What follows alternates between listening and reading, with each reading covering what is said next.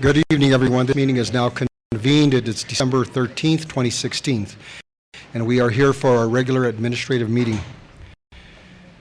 We will start first with a moment of silence, followed by the Pledge of Allegiance, who will be led by our new County Clerk, Linda Stover. Welcome, Madam Clerk. If you would please rise.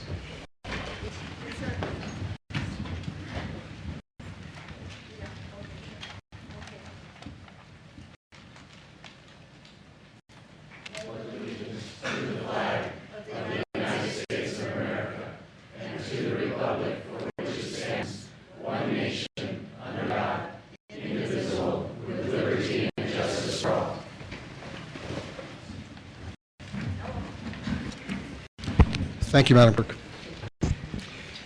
Before we start our regular proclamations, I would like to have Commissioner Talbert read something in the record.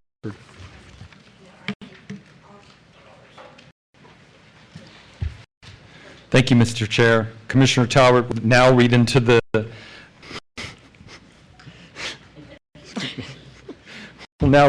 minute a couple of statements. I offer the following statement regarding the closed litigation meeting held Tuesday, November 29, 2016 at 3:30 p.m. Only those items described on the published notice and agenda for the closed meeting held on November 29, 2016 were discussed at the closed meeting. I need a motion for approval of this statement, and it will become part of the minutes of this meeting. So moved. Second. We have a motion and a second. All in favor say aye. Aye. Opposed? Motion carries unanimously. Commissioner Talbert. Thank you, Mr. Chair. I move that the Bernalillo County Attorney be authorized to proceed with the threatened and pending litigation discussed in the closed meeting held on Tuesday, November 29, 2016 at 3:30 p.m. within the parameters set by this commission. Do we have a motion? So moved. We have a motion and a second. All in favor say aye. Aye. Opposed? Motion carries unanimously. Thank you. Thank you. Commissioner Talbert will now read into the minutes a following statement. I offer the following statement regarding the closed litigation meeting held Tuesday, December 13, 2016 at 2 p.m. Only those items described in the published notice and agenda for the closed meeting held on December 13, 2016 were discussed at the closed meeting. I need a motion for approval of this statement. It will become part of the minutes of this meeting. We motion. I second. Commissioner Hartstead seconds. All in favor say aye. Aye. Opposed? Motion carries unanimously. Thank you, Mr. Chair. Finally, I move that the Bernalillo County Attorney be authorized to proceed with the real property matters discussed in the closed meeting held on Tuesday, December 13, 2016 at 2 p.m. within the parameters set by this commission. We have a motion by Commissioner Talbert. Do we have a second? Second. We have a second by Commissioner Johnson. All in favor say aye. Aye. Opposed? Motion carries unanimously. Thank you. Thank you, Mr. Chair. Now, before we start also the proclamations, we have a special presentation to our treasurer. Mr. Treasurer, if you would come up here, we'd appreciate it.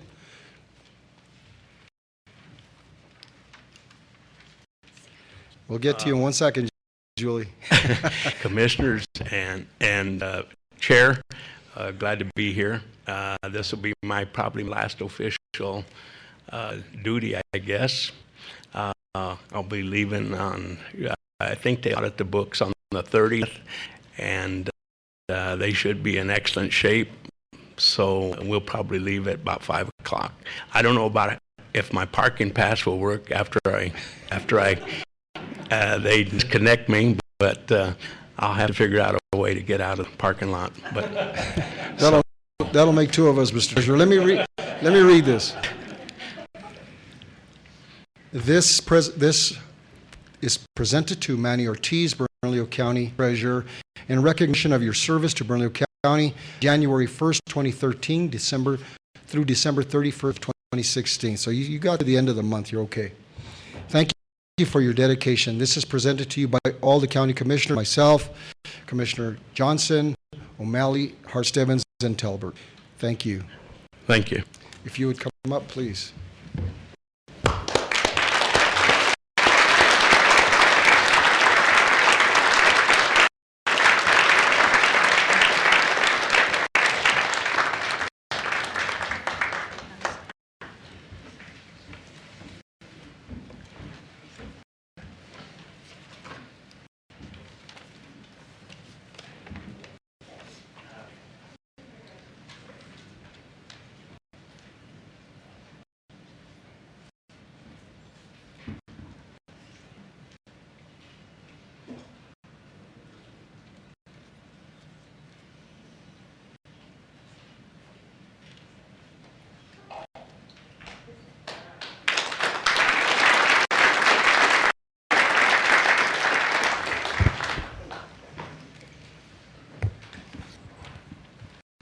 Madam Manager, do you have some changes or additions to the agenda?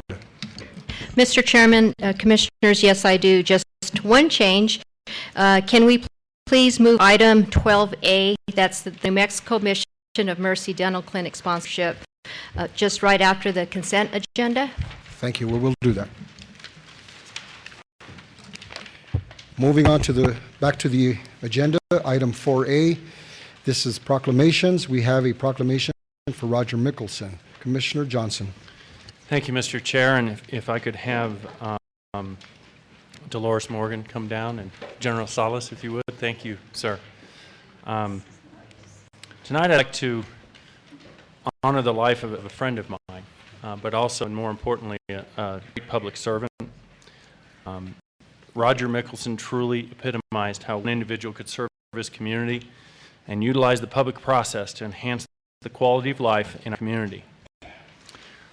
Roger recently died from complications from a tragic auto accident.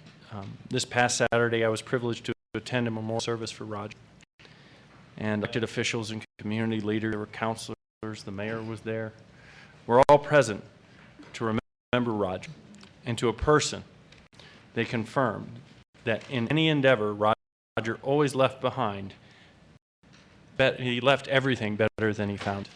And General Salas was there as well and spoke about Roger, or for Roger. Roger was a veteran, an Army colonel, even served in the Navy for a little while. He doesn't really admit that, or he didn't admit that very often. But one of the things that struck me at the service was a story about Roger. Roger had a great but very dry sense of humor. And this story was told by one of the S.A. brothers that he was involved with for so many years. And he and this particular individual were having dinner at El Pinto restaurant down in the North Valley. And a waiter came up and had some not so nice things to say about the military and veterans. And Roger, being Roger, took it upon himself to kind of set him straight. He was always polite. He was always a gentleman in everything he did. But he made sure that he understood his position and why maybe he should rethink things. The next year they came back after a very similar meeting and were eating at the same restaurant. And this same waiter came up to Roger, who had remembered, by this time Roger had probably forgotten that he'd even spoken with him. And he was nice, had high and tight going on, and he told him that he was getting ready to be commissioned into the Navy. And they spoke for a little bit, and the waiter walked off, and he said to his friend there, well, if I'd known he was going to join the Navy, I wouldn't have said anything. And that's the type of person that Roger was. And I met Roger about 12 years ago, and I've had the pleasure of knowing him for those 12 years. And many of you have seen him here. He was a regular at council meetings, and there was no one that was more involved or knew more about the city process than Roger Mickelson. So I'm honored to be able to present this proclamation tonight to Dolores Morgan on behalf of the family, his fiancée, and I know it's a tough time for you, but thank you for being here tonight, and I'll just go ahead and read it. Whereas Roger Mickelson passionately served our city by diligently working to effect positive changes in community, educational, military, and political issues impacting our residents. And whereas Roger was instrumental in creating and leading the East Gateway Coalition of Neighborhood Associations, serves as president of the Four Hills Neighborhood Association, the Inter-Neighborhood Coalition, president of the New Mexico Military Officers Association of America, and whereas Roger worked tirelessly to support and honor all public safety personnel. He strived to restore mutual trust, confidence, and respect between our law enforcement departments and the community. And whereas Roger exemplified citizen participation in the public process by attending commission meetings, writing letters to the editor of the newspaper, talking with elected officials, and representing participating organizations in the appropriate forum. And whereas, while there may have been some disagreements in regard to development of policy, implementation of programs, or political position, Roger was always polite and civil. He always was well prepared, well informed, and very rational as he presented his stance on a particular issue. Because of his approach, Roger was extremely well respected by elected officials and policymakers. And whereas Roger passed away on November 26, 2016, due to complications from injuries received in a tragic automobile accident. As a result, we have lost someone who's made a difference in our community, a voice of reason on controversial issues, and a true friend. Now, therefore, be it resolved that the Bernalillo County Board of Commissioners honors the life of Roger Mickelson for the positive influence and the many contributions he made for our community. Done this 13th day of December 2016 in Bernalillo County, State of New Mexico. Board of County Commissioners, Art Dela Cruz, Chair, Wayne Johnson, Vice Chair, Debbie O'Malley, Member, Maggie Hart Stebbins, Member, and Lonnie C. Talbert, Member. Dolores, if you'd like to say a word. Just like to thank you all for your kindness, and we appreciate the proclamation very much. Thank you. Thank you, Dolores. And if you would come up, please, I would appreciate it.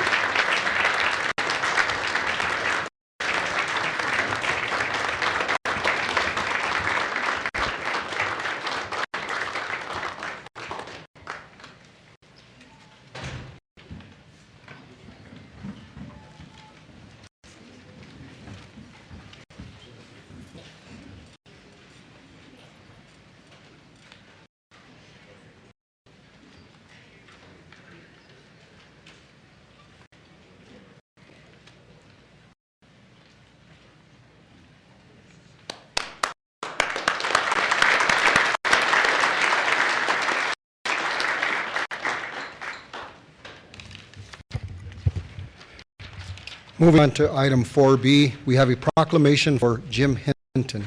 Commissioner Hart Stebbins. Thank you, Mr. Chairman, and this is really an honor to sponsor this proclamation. I'd like to invite Jim Hinton and anyone, I know there are others who have come here to help us celebrate this. So it's really an honor to sponsor this for someone who is a homegrown product of District 3. So this is a proclamation sponsored by all 5 commissioners. Whereas Jim Hinton, a native of Albuquerque, New Mexico, and proud graduate of Highland High School and the University of New Mexico, has served as both President and Chief Executive Officer of Presbyterian Healthcare Services since 1995, one of the largest healthcare networks in Bernalillo County in the state of New Mexico. And whereas during his tenure at Presbyterian Healthcare Services, Mr. Hinton has led dramatic expansion and modernization of Presbyterian healthcare, including new clinics, medical centers, video visits, and top-rated medical service for more than 720,000 New Mexicans throughout the state. And whereas, under Mr. Hinton's leadership, Presbyterian healthcare provided more than $41 million free and unpaid medical care to our state in 2014, as well as donating nearly $400,000 to community causes like Healthcare for the Homeless and Bernalillo County's Open Space Initiative.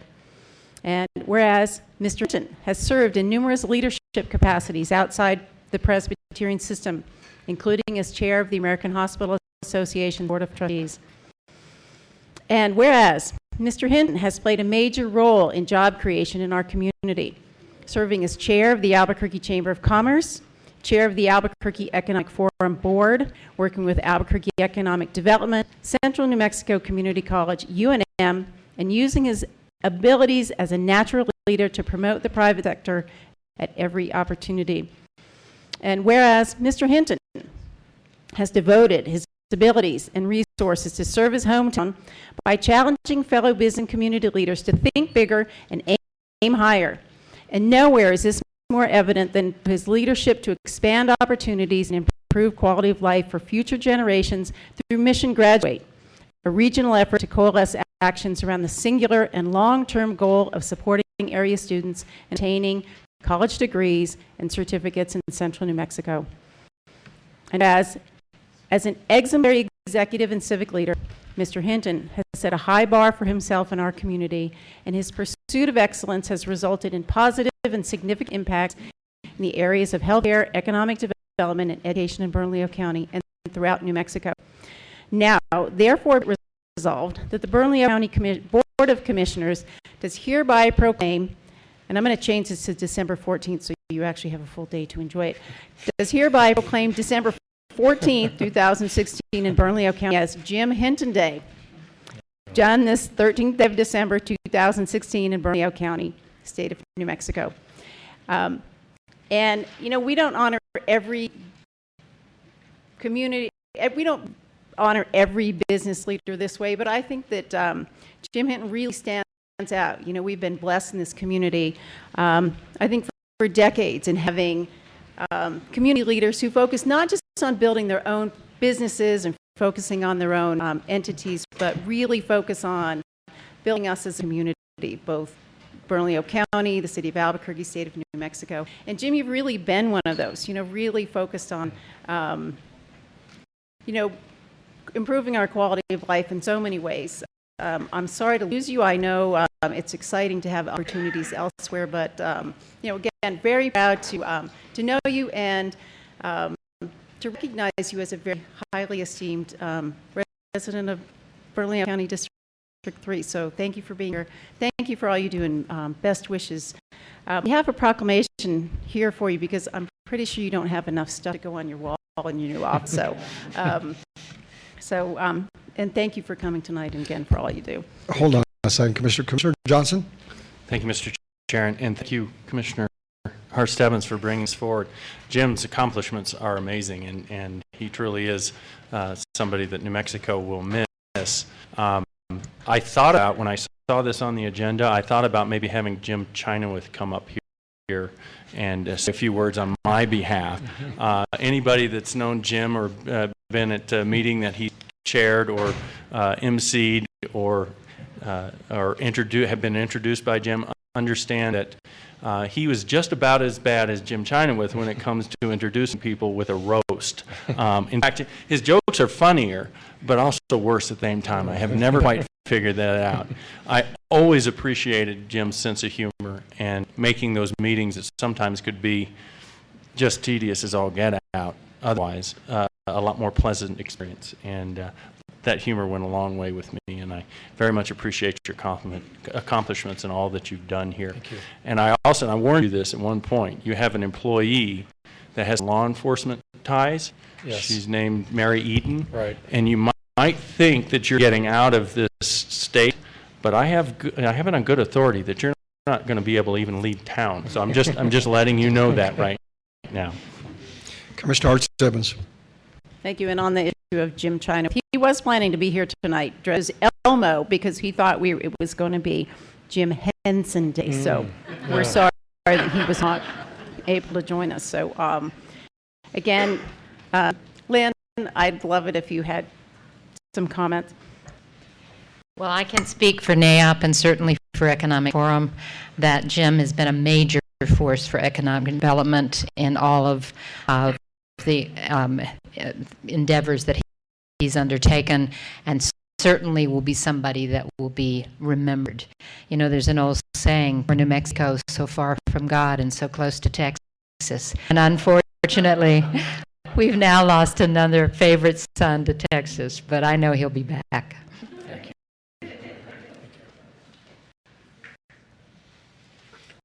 I'm really glad Jim Chinawith wasn't able to be here tonight, so that's quite a relief. Thank you for this, and thank you for the work of this commission. I think you all have made Albuquerque and Bernalillo County a better place to live, and you've been extremely supportive of the efforts of Presbyterian to expand healthcare in this region and to help people who really need some help.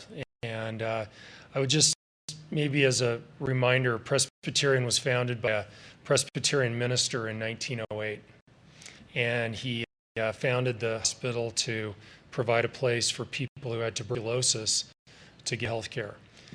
And it's been 108 years now that we've been in business, and I've been really privileged to be part of that organization for 34 of those 108 years. So been there a long time, 34 years seems like a long time. I'm not a job hopper. But it's a good time for Presbyterian. They're doing well, serving, as Maggie said, 700,000 plus New Mexicans, and we couldn't do that without the support of this commission. And thank you very much for this. This means a lot, and I'm really glad my day starts tonight at midnight, and I will cherish all day tomorrow. So thank you all very much. Really appreciate it. Jim, it's my pleasure. It's my pleasure to know you, and we really deeply appreciate the work that you've done in this community. And you're going to be sorely missed, and I'm sure appreciated very much by Texas. We'll not hold that against you despite that. Congratulations. Come on up here.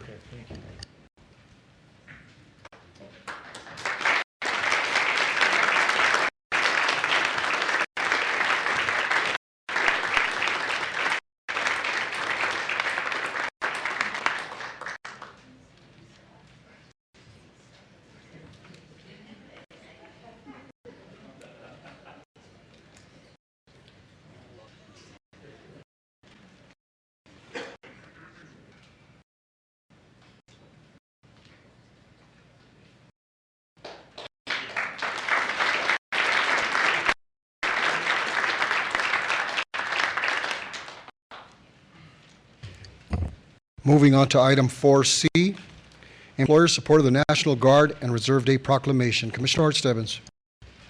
Thank you, Mr. Chairman. So I'd like to, we have some very honored to have some very distinguished guests here for our meeting tonight. Brigadier General Andrew Salas, who's the Adjutant General of the New Mexico National Guard, Colonel Eric Froelich, who's the 377th Air Base Wing and Installation Commander, Richard Clark, our very own Richard Clark, and I would like to invite all the county employees, all our Bernalillo County employees who serve in the National Guard or who are retired reservists to join us. Again, I want to thank you so much for being here above and beyond everything that you do day in, day out. And I'm really pleased to sponsor this proclamation. So this is a proclamation by the Bernalillo County Board of Commissioners. Whereas, U.S. Army and Air Force National Guard and Reserve Forces comprise nearly half of our nation's military strength and are essential to America's national security.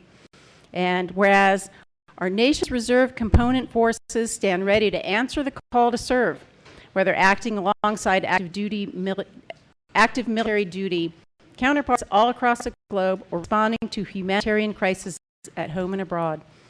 And whereas Guard and Reserve service members make great sacrifices, leaving behind the comforts of home, losing out on time with family and friends, as well as time away from work to ensure our freedoms. And whereas, along with family and friends, employers provide critical support to members of the National Guard and Reserve, allowing these citizen soldiers to serve whenever called upon, and often foregoing financial gain and making personal sacrifices in the process. Whereas, more than 42 years after President Richard Nixon authorized the Secretary of Defense to establish the National Committee for Employer Support of the Guard and Reserve, employer support is stronger than ever. And whereas in New Mexico, there are hundreds of committed and supported local employers who continue to make service in the reserve components possible.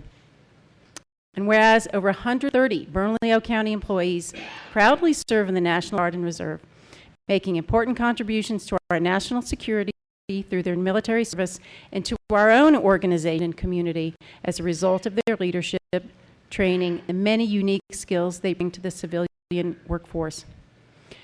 Now, therefore, be it resolved that the Bernalillo County Board of Commissioners does hereby proclaim December 13, 2016 as Employer Support of the Guard and Reserve Day, and urges all citizens to join us in expressing our thanks to the service members of our New Mexico National Guard and Reserve and their civilian employers for their patriotism and sacrifices. Done this 13th day of December 2016 in Bernalillo County by the Board of Commissioners. So again, it's a great honor to sponsor this, and Richard, I'd love for you to, and I want to first thank you for engaging me in the opportunity to actually come up to Santa Fe and see what National Guard and Reserve offers, what training you go through, and also what you provide to our employees and to the county through that. So thank you so much for that, and thank you for being here. Mr. Chairman, Commissioner Hart-Stebbins, what a great honor it is, and thank you so much to the Commission for honoring the employees part of the Guard and Reserve and the military members. I have a few guests here with us that I'd like to introduce. First of all, the Adjutant General from the New Mexico National Guard, General Salas.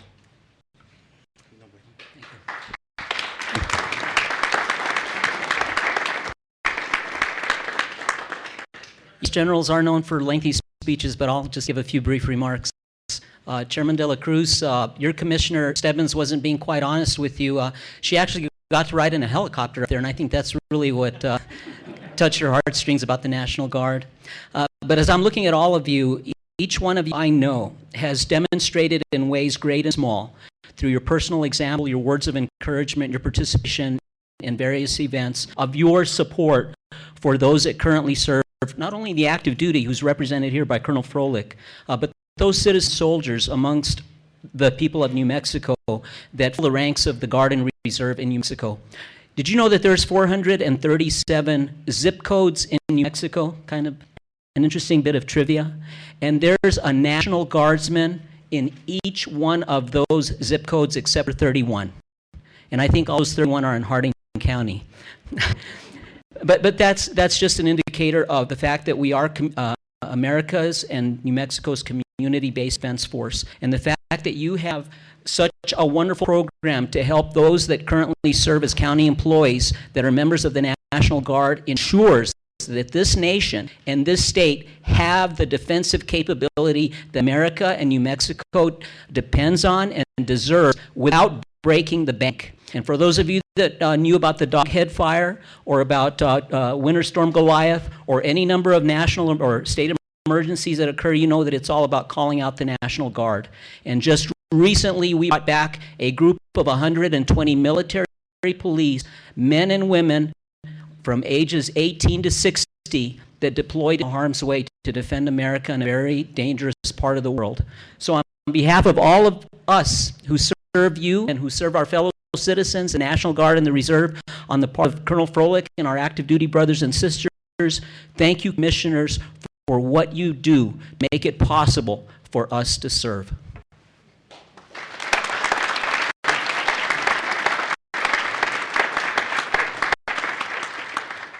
Thank you, General Salas.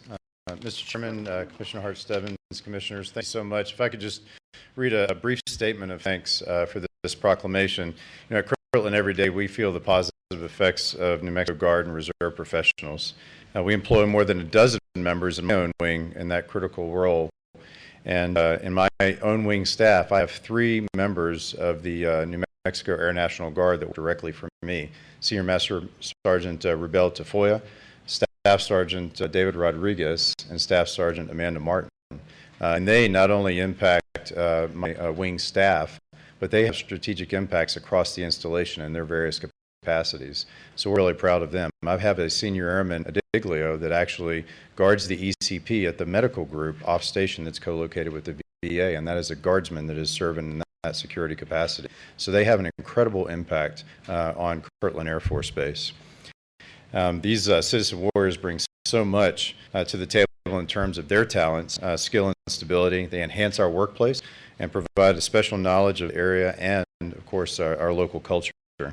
In today's environment, and General Salas mentioned it, of reduced resources, we simply couldn't do it without them. Our mission wouldn't be the same. It'd be much more difficult without the men and women from the New Mexico Guard.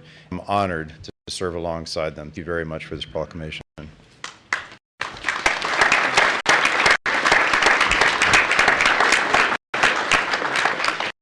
And the other thing I have is I would also, we have a great bunch of veterans who are also employees of the county who have served before and are now serving the county well. And so I want to thank you for the support you give to us and the ability for us to be hired into the county, and because of your great processes. So thank you.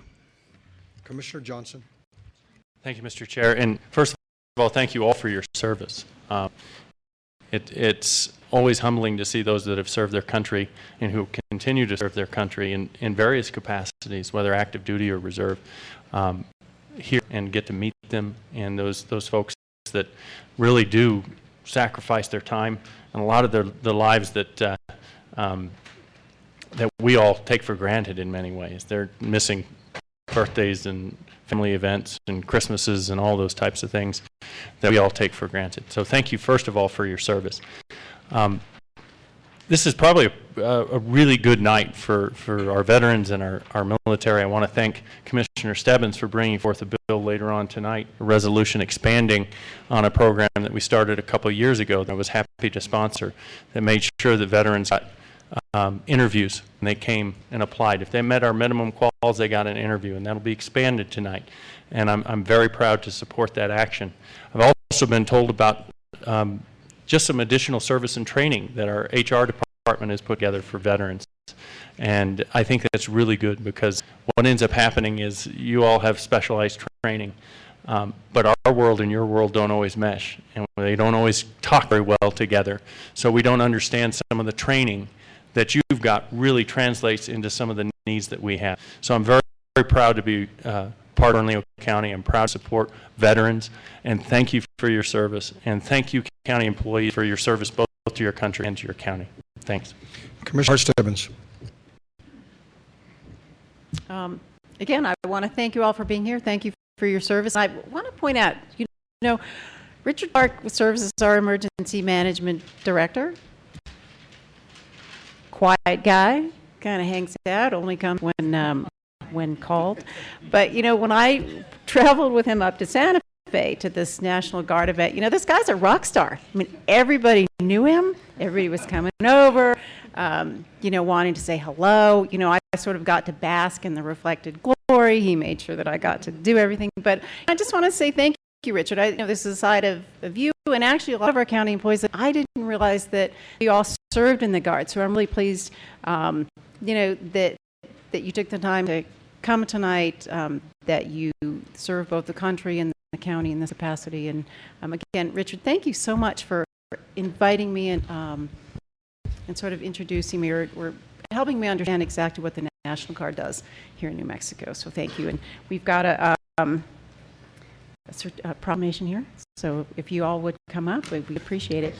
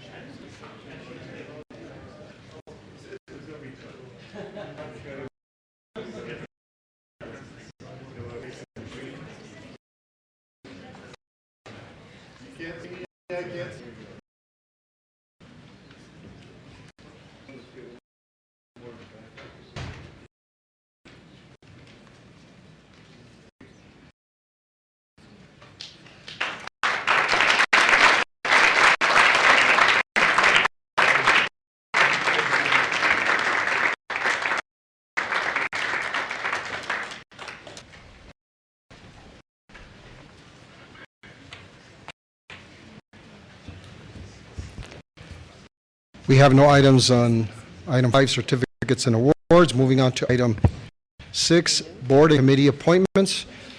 I move that we reappoint Mr. Keith Hartnett on the DWI Planning Council. We have a motion by myself, a second by Commissioner Johnson. All in favor say aye. Aye. Opposed? Motion carries unanimously. Moving on to item 6B. Commissioner O'Malley. Thank you, Mr. Chair. This is, I guess, an appointment. Is this an at-large position? I see that there are two Yeah. nominations, Commissioner Hart Stebbins and Johnson. I think that's correct. Go ahead, Commissioner. This is for the school. Our ordinance dictates that there is someone who represents community, or not community schools, but Bernalillo County Well, schools. So. I don't know how either one you feel, but I would suggest maybe deferring it. I think it's very difficult when we have two people competing for a position like this. We're talking about volunteers after all, so I don't know if you'd consider deferring it and maybe looking at, it's coming to just one person so that we're not sort of picking and choosing. I don't know how you feel about it, but that's what I would Commissioner Johnson. suggest. I would be okay with a deferral, and we can certainly discuss that going forward. So I could second that until maybe the first or second meeting in January. So we have a motion by Commissioner O'Malley, with the second by Commissioner Johnson to defer this particular item. Mr. Chairman. Commissioner Hart. So I support deferring also. I was going to propose actually that, because I think both of these are really qualified candidates. Susan McKee actually works for Albuquerque Public Schools and in serving children. I know this other candidate seems amazingly well qualified, who serves children from sort of outside the system, that maybe we could see what other openings are coming up in the coming months and appoint both of them at some point. So I'm happy to defer this. I think the opening, that vacancy will be created in January, so I'm happy to support the motion and see how we can get both of these fine individuals on the County Council. Thank you. We have a motion and a second. And all in favor say aye. Aye. Opposed? Motion carries unanimously. Thank you. Moving on to public comment. Before we hear communications, and I'm assuming we have a few signed up, Julie? We have 10 signed tonight. Thank you. We will move on to item 7A, which is building healthy military communities through a New Mexico Community Covenant signing. We will have a presentation by Susie Galea. Commissioner Hart-Stebbins. Thank you, Mr. Chairman. So I'm really pleased that Ms. Galea is here. This presentation actually came about through a meeting that I had recently with General Salas, who talked about different initiatives that were underway or planned to help take better care of our veterans or help our veterans need assistance, how we can do a better job of delivering services. And so he mentioned that the program that Ms. Galea has been working on. So I think it was appropriate to invite her here to tell us all about it. So thank you for being here, ma'am. Thank you. Julie, can you put it on the, and then I can move it for you. Thank you. That microphone works better. I appreciate that. Yeah. Thank you. I'm Susie Galea. I'm the state coordinator for Building Healthy Military Communities. New Mexico is one of 7 states selected to be part of this pilot program, and it's mostly because of patriotic employers like yourselves. And so I'm grateful to be here because Bernalillo County is truly leading New Mexico through support of their military service members, the veterans, and their families. Next slide, please. So just a brief introduction of Building Healthy Military Communities. The pilot will incorporate community capacity building through mobile health technologies. We're going to bring mobile health technologies to the rural citizens throughout our county and throughout the whole state. And strategic communications and one collaborative approach to enhance readiness and resiliency and willingness of all service members and their families. I'm wearing purple just because we all wear purple because we support all branches of service. It's not just the Air Force and the Army, but among us we also have the Marines and the Navy here in our county as well, and a few Coast Guard. And Bernalillo County, their role in building healthy military communities as a formal interagency partnerships that you've already built and are dependent upon the strength and capacity of informal networks. But both are needed who work together to provide the support needed for service members, veterans, and their families. So creating more awareness of the Building Healthy Military Communities pilot program will help the program successfully expand existing community assets and support services. Next slide, please. And so I would like to promote the idea of a military community covenant signing in Bernalillo County, New Mexico, to help promote building healthy military communities, which you're already engaged in, by taking the lead to establish the New Mexico Military Community Covenant. This is an example of a community covenant that happened in just a small portion of our state, a triad of White Sands Missile Range, Fort Bliss, and Holloman, and it was done at a large formal event at an MSU basketball game and the halftime show. And often these events are an opportunity for communities to demonstrate their support by announcing new initiatives and programs that support service members and their families. Bernalillo County has been home to Verizon Wireless, and they are starting a new best practice, an open house of employment, meaning on a guard weekend on a Saturday after our weekend warriors are released from duty. They have opened their doors to the guardmen and reservists so they can come and see if this would be a good fit for them, those that are unemployed and underemployed. So that kind of thing could be a highlighted practice. Next slide, please. So what exactly would it mean for Bernalillo County to sign on and support the New Mexico Military Community Covenant, which I hope you'll want to lead? So these signing ceremonies demonstrate the community's support of military families. It's most symbolic, but the Community Covenant program is designed to foster and sustain effective state and community partnerships with military to improve the quality of life of soldiers and their families. And one thing I've noticed as a state coordinator is there's a lot of parallel work of service member services and veterans and families, but there's not enough tandem work, not enough collaboration working together statewide. So while Community Covenant is an Army program, it extends to all services. We become a purple community. Next slide. So what would be asked of Bernalillo County as a signatory? Simply sharing a best practice statewide. Something you're already engaged in is a behavioral health initiative. Bernalillo County is already leading with Veteran Behavioral Health Initiative that you announced in April 13 this year. And there are local guardsmen and reservists that are not yet veterans, 2,000 statewide. And I'd hope you'd consider adding language to your policy to include Guard, Reserve, and their families to the Veteran Behavioral Health Initiative. And so these best practices help fill gaps for our service members and their families. And next slide, please. What is expected from the Community Covenant signing ceremony? The Community Covenant signing is a public display of support by community leaders to the military and the family members. The ceremony should be a call of action for community members to get involved. The Community Covenant provides a means for community involvement. And for example, a one-stop shop has already been initiated, and this is certainly a pathway toward it, to pull everyone together, to no longer work parallel but in tandem. The Community Covenant can strategically support the Joining Community Forces program in ways that will aid New Mexico to reach total force fitness goals of military readiness and resiliency through building healthy military communities. And so next slide, please. Why should Bernalillo County take the lead for New Mexico? And I will read from your own Bernalillo County Behavioral Health Plan that was initiated the same month last year. Whereas Bernalillo County, the city of Albuquerque, and the state of New Mexico have committed themselves to improving residents' lives and the public safety by strategically evaluating and enhancing resourcefulness for mental health and substance abuse treatment.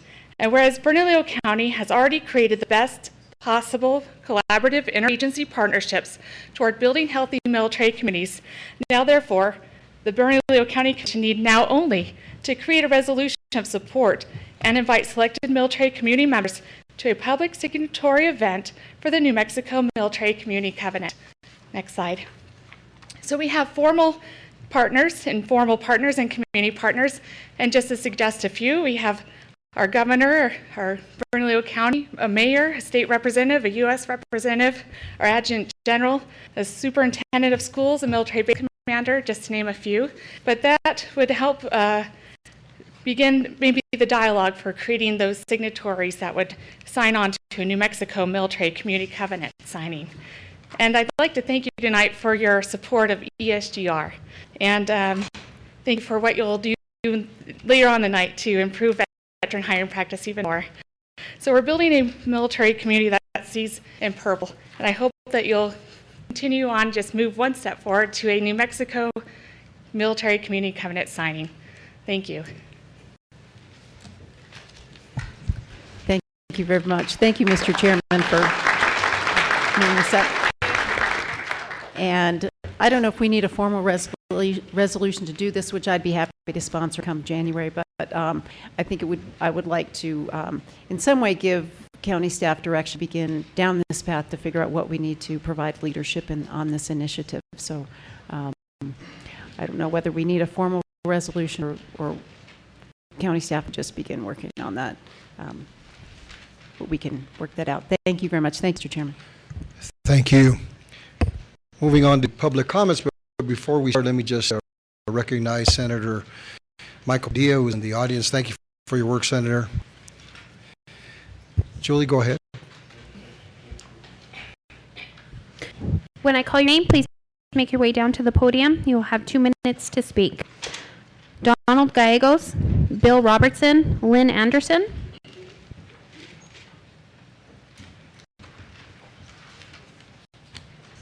Ready. Thank you, Mr. Chairman and Commissioners.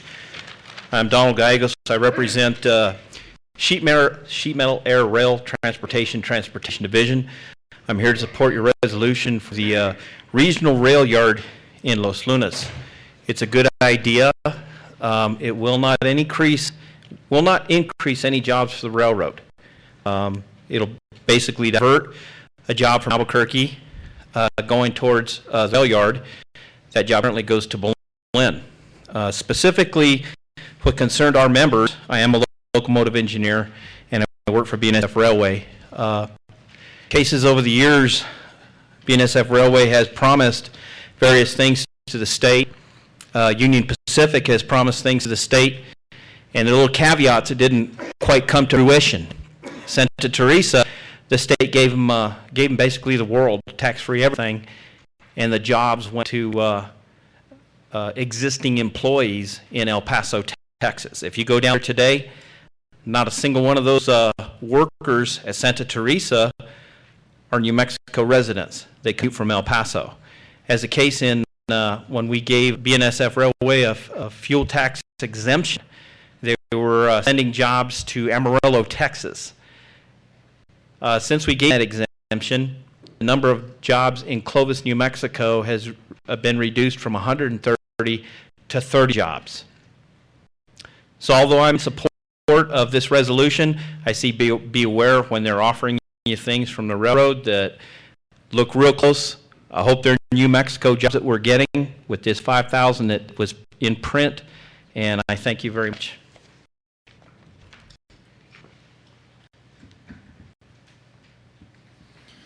I'm Bill Robertson, and I'm a partner in Colliers International, which is a commercial real estate firm here in Albuquerque.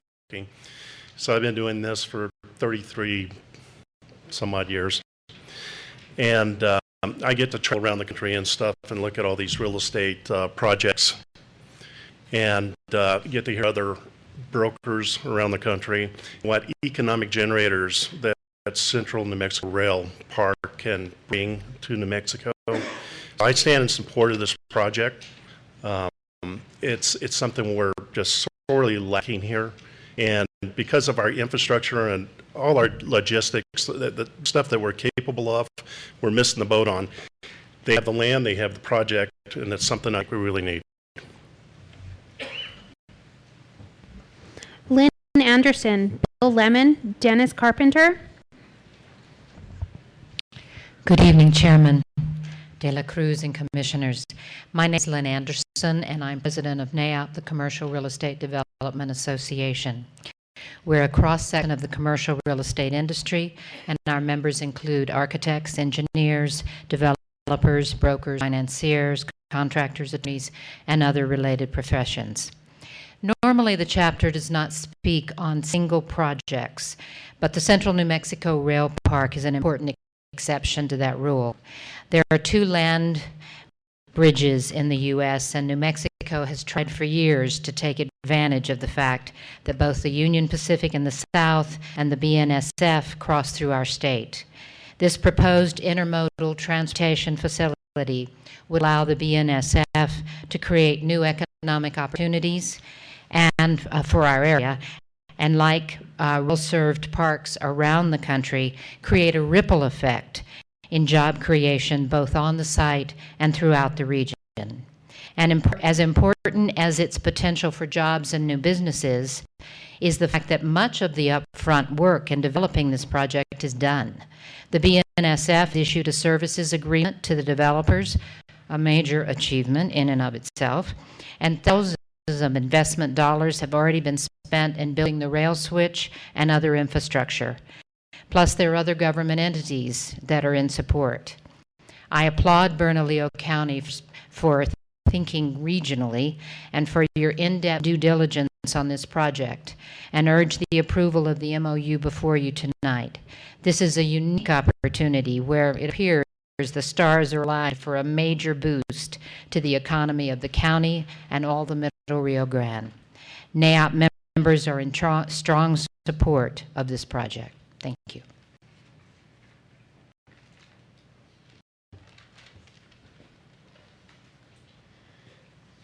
Good evening, Commissioners. My name is Dennis Carpenter. I'm with the President of New Mexico Food Distributors, and I'd like to say that I am in support of the Central Mexico Rail Park. We manufacture New Mexico food products and are shipping now to 28 different states.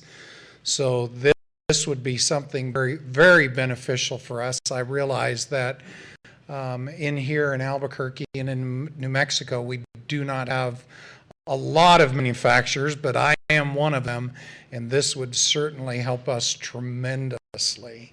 And I just wanted to let you know that I appreciate you taking a look at this.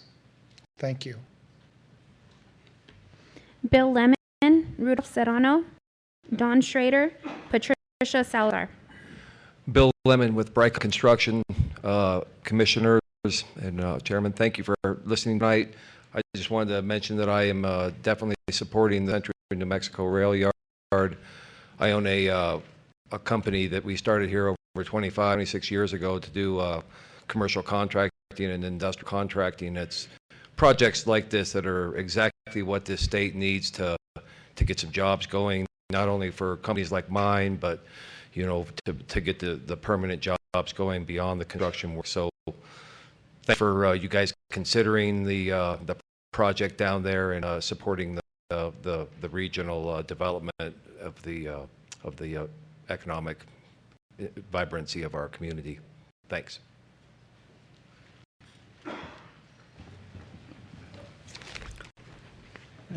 Good evening, Commissioners Art de la Cruz, all commissioners. For the last 5,000 years, every time a feminist comes into the community, turns to gaiety, and when gaiety passes 7.5%, it destroys the whole community. This applies to any species. This is because we don't invite them to religiosity.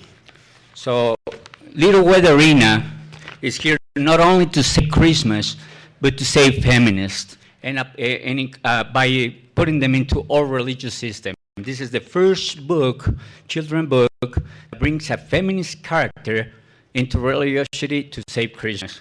It's also it stimulates and promotes the state. You know, I brought it here, this elephant view. That's Elephant Richardson. And no, we didn't witness anything. That's Tone, you know, Rata Chavez. That's Gallinas, very Gallinas.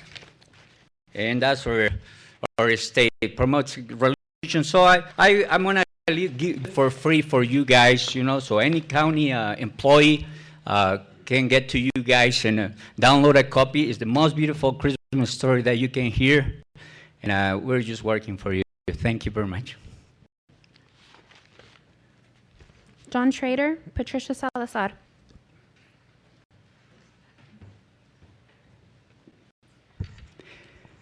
My home is one rented room, 9.5 by 12 feet, with 6 windows in the house of a friend. My home is heated largely by sunshine. I grew up in our big farmhouse in Illinois, 10 rooms, plus attic and cellar. But now I treasure my bright 114 square foot home. I invite any of you commissioners to visit my home. If I were were given free the most luxurious mansion in this city, I would not keep it. I would be ashamed as hell to live in it. Why would I want a larger home when many millions worldwide have no home?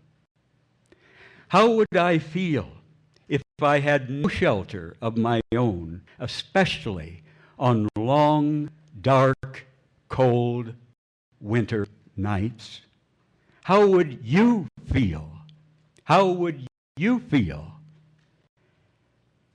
If you give a damn about our homeless sisters and brothers here, I plead with you to provide a small, sunny home, much like mine, to every Albuquerque homeless person who wants a home and agrees to take good care of it.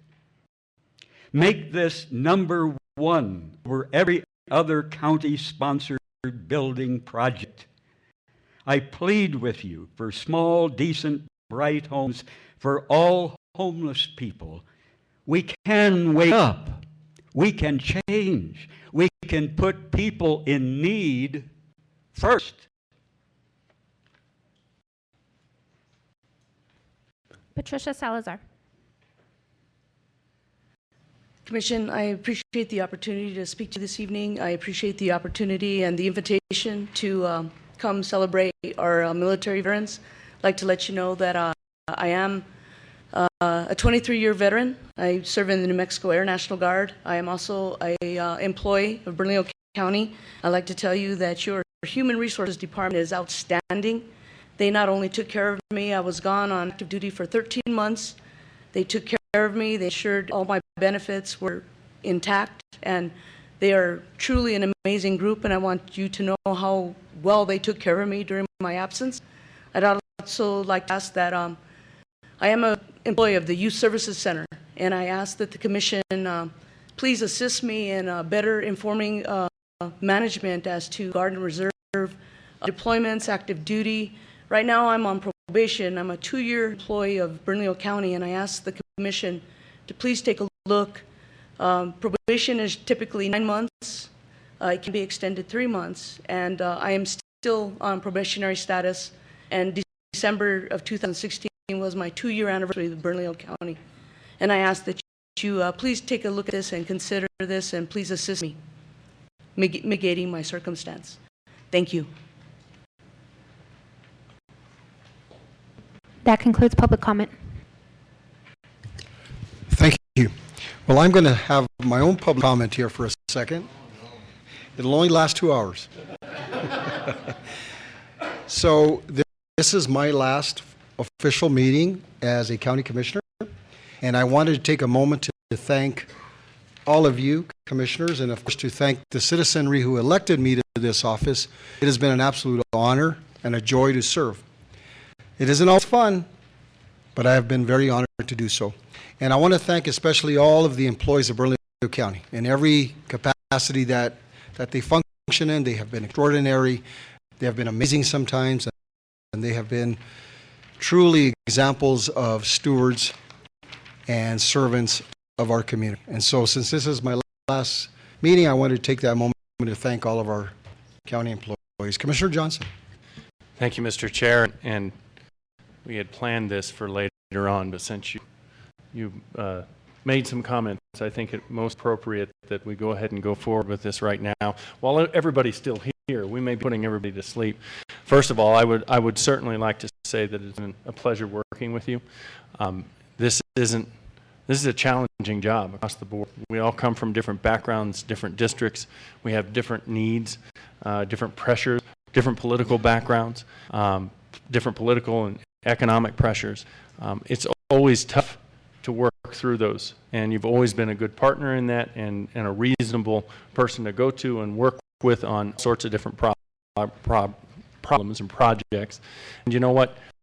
At the end of the day, we may have disagreed on some issues, but the very next issue, if we agreed on it, I knew you'd have it back, and I appreciate that and your time that you spent on the commission making sure that happened with each and every one of us. So thank you very much for your loyalty and your commitment to your community. And I know I've heard you say 100 times that I represent those people that take a shower when they go home at night, not before they go to work.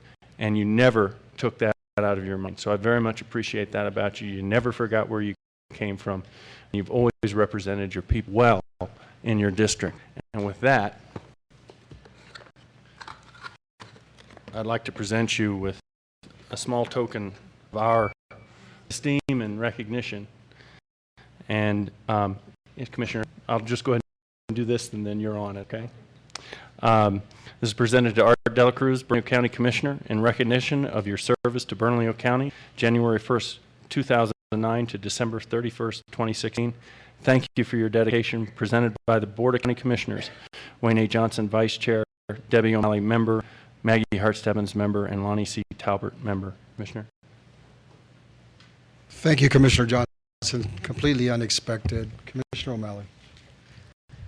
Okay. Well, since it's all opened up, I even wrote some stuff down, so I'm going to read this. Commissioner Art De La Cruz is one of the hardest working elected officials that I know. He made it a priority in his tenure to bring as many resources to his district as possible and to bring economic opportunities to the county as a whole. He always acted from a strong sense of empathy and compassion for those individuals and families who struggle daily to make ends meet. I appreciated that he always listened to my concerns and was supportive of the needs of my district. His vote was critical to increasing the minimum wage for the county and moving our mental health initiative forward. There were times when he was particularly eloquent in his remarks, the most recent being his comments in support of the very controversial development in Santa Lina. He said that when times were good, he could hear the trucks and cars start up in the morning. Many of the tradespeople and construction workers in the county live in the South Valley and his neighborhood. While I did not support the subsidies for this project, I understood his reasoning. There is a saying, where you sit is where you stand. He experienced the challenges growing up in a poor neighborhood, and as a result, has not wavered in his support for the poor and working families in his district. On the much lighter side, the other comment I remember Commissioner La Cruz making was during the discussion of the animal ordinance several years ago. We were debating the regulations concerning rabbits. There are some people who have rabbits as pets, and there are still some folks out there who raise them for food. At one point during this discussion, Commissioner De La Cruz thought it was important to say that rabbit cooked in red chili was particularly delicious. I remember thinking, did I just hear that? I still get a chuckle out of that. Commissioner De La Cruz, thank you for your dedication and leadership, and particularly your friendship. You will be missed. Thank you, Commissioner. I still haven't lived down that thing with the red chili. But by the way, it still tastes good with the red chili. I want to thank all of you for that, and I just want to share with the public that the commission really does work hard and really does try to do the very best that it can for everybody in Bernalillo County. It's not always an easy task, and we don't always agree on any number of things, but I can tell you from having known every single individual that's sitting up here this evening that all their work is dedicated and they are tireless. And by the way, when they advocate for something, they're a tough bunch. And you've heard, and I know it sounds a little trite, but it is indeed true that it's like herding cats.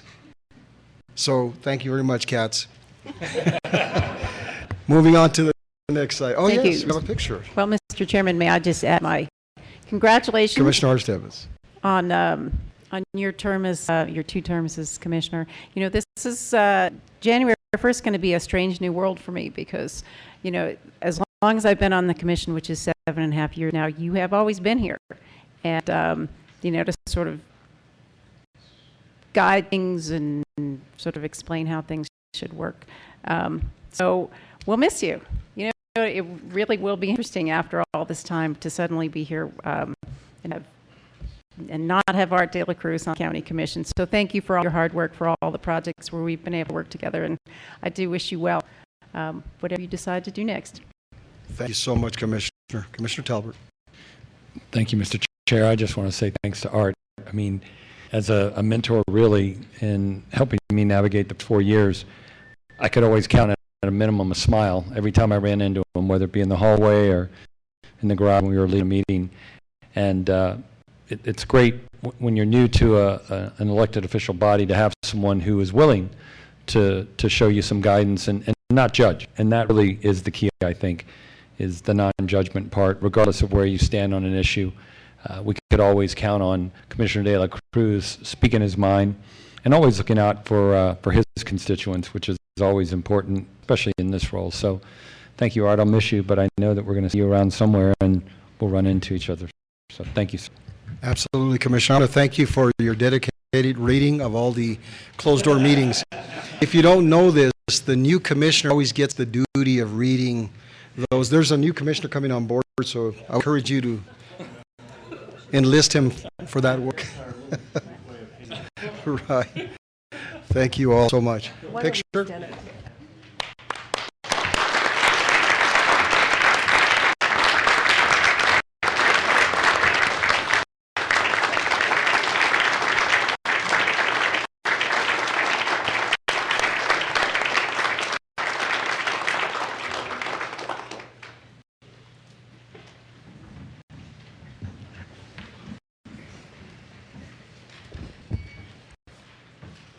On to regular business. We have a little bit of a long meeting this evening. We'll try to move as quickly as possible.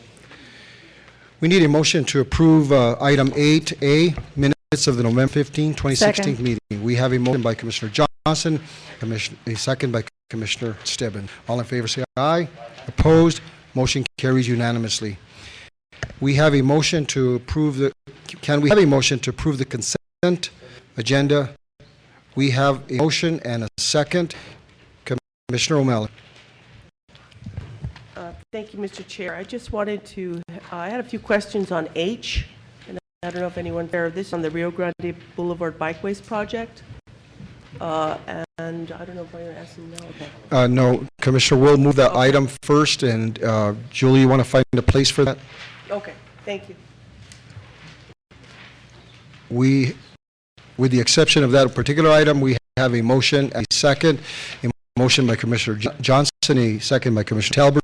All in favor say aye. Aye. Opposed? Motion carries unanimously. Thank you.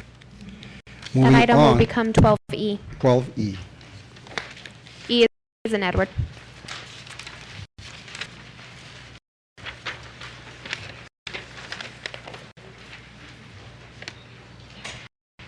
Julie, if you would please make sure that we stay on task with that.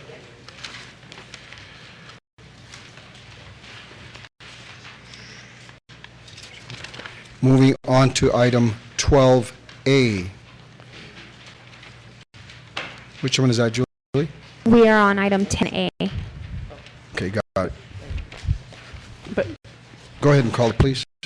But we had... My apologies. Yes, we did move up the Commissioner Art Stebbins item. Thank you. Commissioner Stebbins. Thank you, Mr. Chairman. So I know we have a couple of individuals, Dr. Michael Sparks and Linda Paul from the Mission of Mercy. I'd like you to please come up to the podium, please. So I'm pleased to sponsor this agenda item. I think most of us, if not all, are familiar with New Mexico Mission of Mercy Dental Clinic. It's an amazing event that makes dental care available to many people in our community in Bernalillo County and the whole region. Make dental care available to those who can't otherwise access it. So I just wanted to ask Dr. Sparks to please talk about it, explain it. You can describe this event so much more eloquently than I, but this is an event that serves Bernalillo County's indigent population, and I did reach out to the county manager, see whether there was funding available for this, and I think through our indigent care gross receipts tax, there was some money available. So I'd like Dr. Sparks to describe it, if you would. Thank you for being here, Doctor. Thank you so much, Commissioners and Commissioner Hart Stebbins. It's a pleasure to be here today representing the New Mexico Dental Association and our charitable dental foundation. I'm a dentist in Albuquerque and a Bernalillo County resident, and I've been very fortunate to participate in Mission of Mercy since the first event in Albuquerque 2010, and this year I'm one of the 3 co-chairs for the upcoming Mission of Mercy. New Mexico Mission of Mercy's large-scale dental 2-day clinic with 120 treatment chairs. We have had 5 very successful events in Albuquerque 2010, Las Cruces 2012, Farmington 2013, Rio Rancho 2014, and Santa Fe in April of this year. To provided over 6,900 patients with free dental care totaling $4.9 million in donated dental treatment. You may remember when we were last here in Bernalillo County in October 2010, including the pictures in the newspaper and on TV with hundreds of New Mexicans camped out at the state fairgrounds waiting for the clinic doors to open so they could receive really needed dental care. You remember the heartwarming stories, the smiles that emerged from that event, or perhaps some of you were some of the 1,600 volunteers that included 150 dentists to make that a big success. That year, 75% of the patients that we were fortunate to serve were Bernalillo County residents. The great news is the New Mexico Mission of Mercy will be back in Bernalillo County this fall 2017, and we sincerely welcome your help in bringing it back. Albuquerque Mayor Richard J. Berry has graciously arranged for Mission of Mercy to utilize the convention center, and we have commitments from dentists fully staffed the volunteer clinic. However, New Mexico Mission of Mercy relies on grants, individual donations, generous corporate and municipal sponsorships to make our free dental clinic a reality. Since patients aren't charged for the dental services they receive, financial support is a great need. San Juan County has given at their past event $100,000, Sandoval $100,000, Santa Fe $50,000 in addition to hosting and sponsoring the endeavor. Your support is so greatly appreciated, so vital to these efforts, and the tremendous good it can do for the 2,000 New Mexicans we hope to treat in Bernalillo County. Unfortunately, dental care is unaffordable for many of those living in New Mexico, and these individuals commonly have progressive and cumulative dental disease affecting their ability to eat and even how they look and live. Oral health is really inseparable from general health and can affect a person's self-esteem, compromise their ability to work, attend school, and lead normal lives. These folks include, in desperate need, the homeless and the indigent. This clinic will provide those seeking employment a nice smile to help them get meaningful work and get kids and adults with dental infections and pain restored to a healthy state, including reducing their risk of health-related problems. We just so appreciate your consideration, and I believe we have a video of past events. It's about 3 minutes.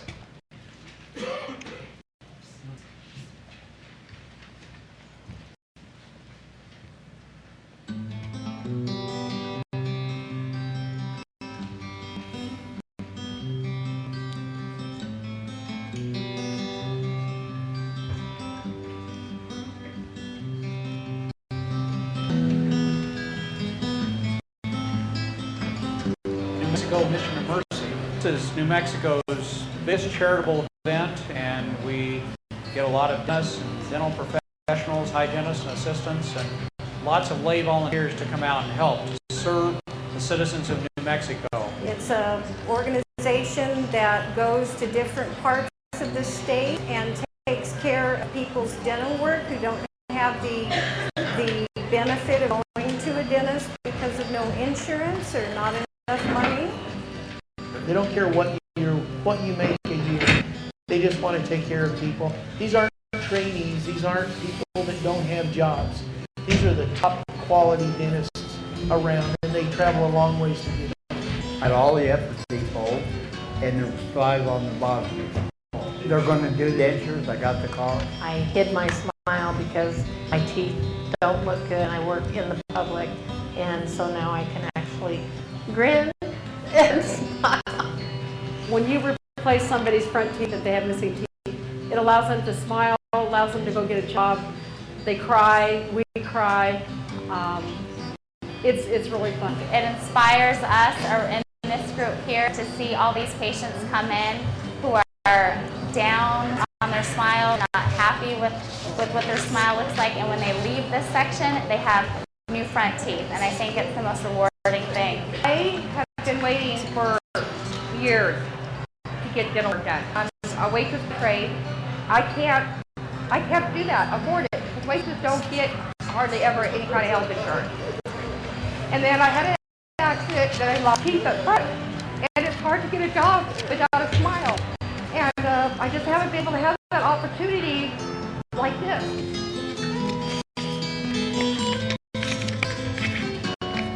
It was well worth the sleepover. Wow, worth sleepover. I would have never been able to do this. Never. So, yeah. And everybody was nice. Staff, volunteers, everybody was so nice. You guys need to come back. You need to come back.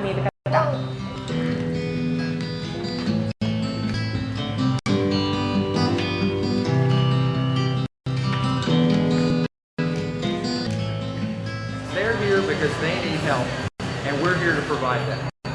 And we do it willingly. We love the challenge, we love meeting people, and we love having fun doing it. This is going to change my life.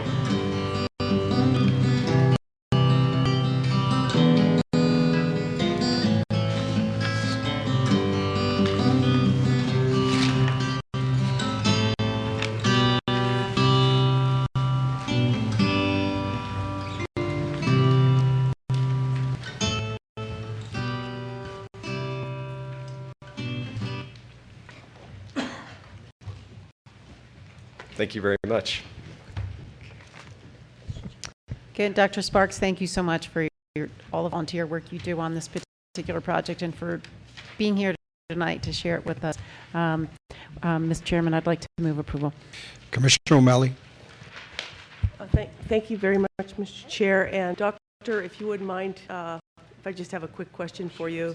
You had mentioned that Sandoval County had an event, and I think that they had contributed $100,000. Is that what you said earlier? Yes, Sandoval County had contributed $100,000 plus county police and advertising with their indigent funds. I assume that maybe you're still fundraising. I don't know if you've asked the city of Albuquerque, but it'd be great if they actually would do a match.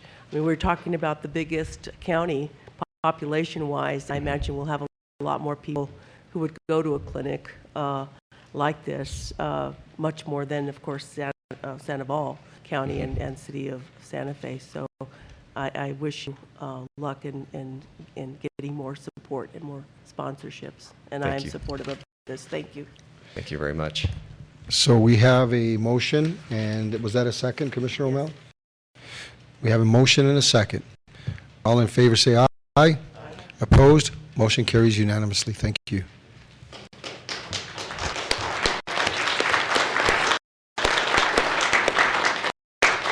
Commissioner Johnson. Thank you, Mr. Chair, and this is an excellent program and it's done a lot of good, so I was very happy to support it. I want to be real careful about it, though. I know we're able to identify some funds with our healthcare GRT, and that's where this is coming from. There's a lot of good programs out there, and we have to be very careful about what we can fund at this point, and where those dollars come from. And so we're very, very happy to support it and wish you the best of luck, and thank you for all the work you do as well for the people of New Mexico and all those silent faces. So thank you.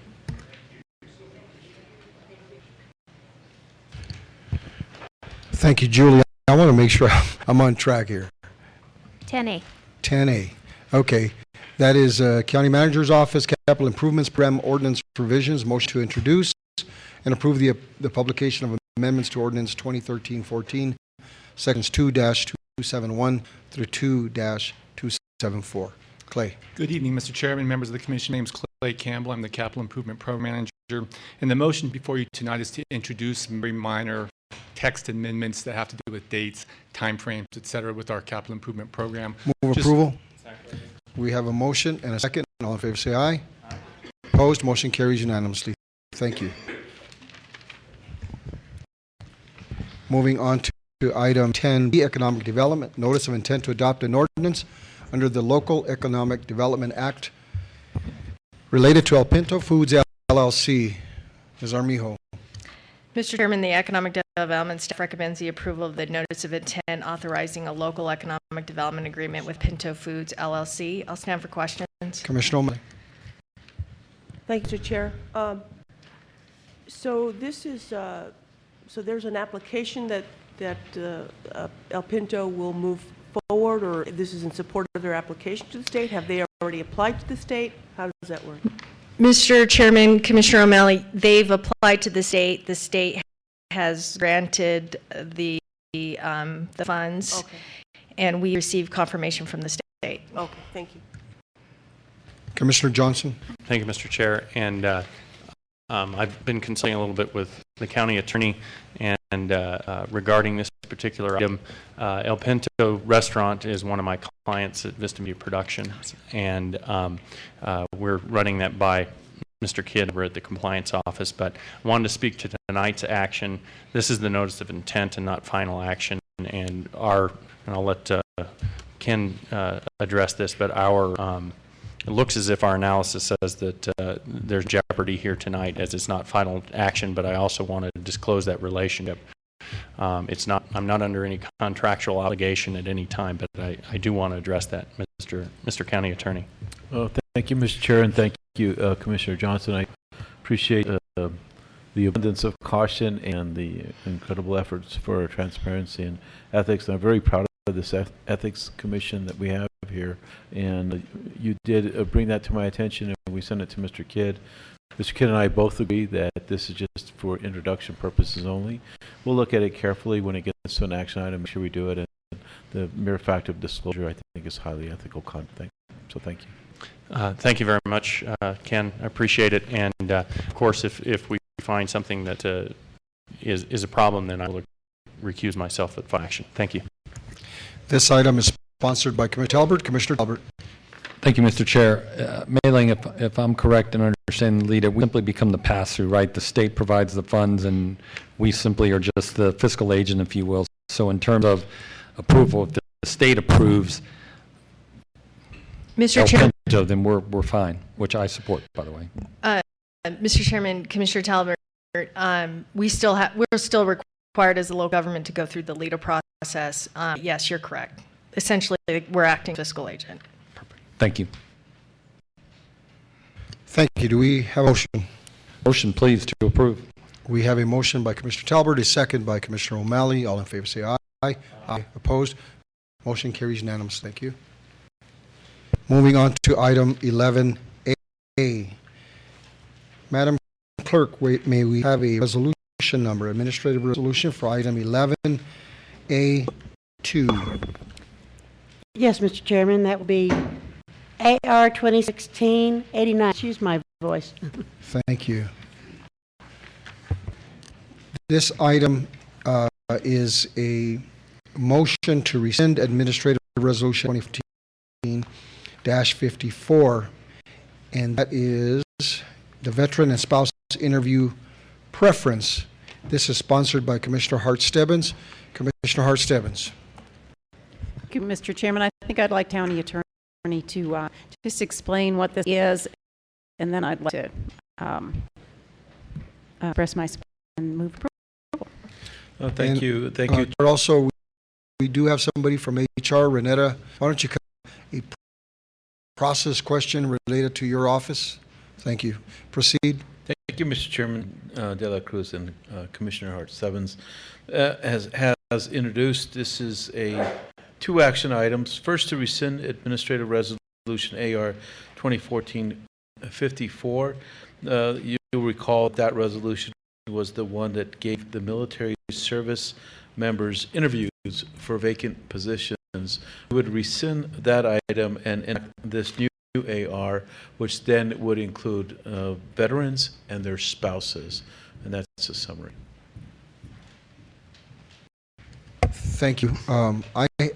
Commissioner Hart-Stebbins, did you have any questions, further questions? No, I'd just like to say I'm really pleased to sponsor this. It really builds on the resolution that we passed in September 2014 that was sponsored by Commissioner Johnson, kind of recognizing the sacrifices that veterans and their families make through their military service.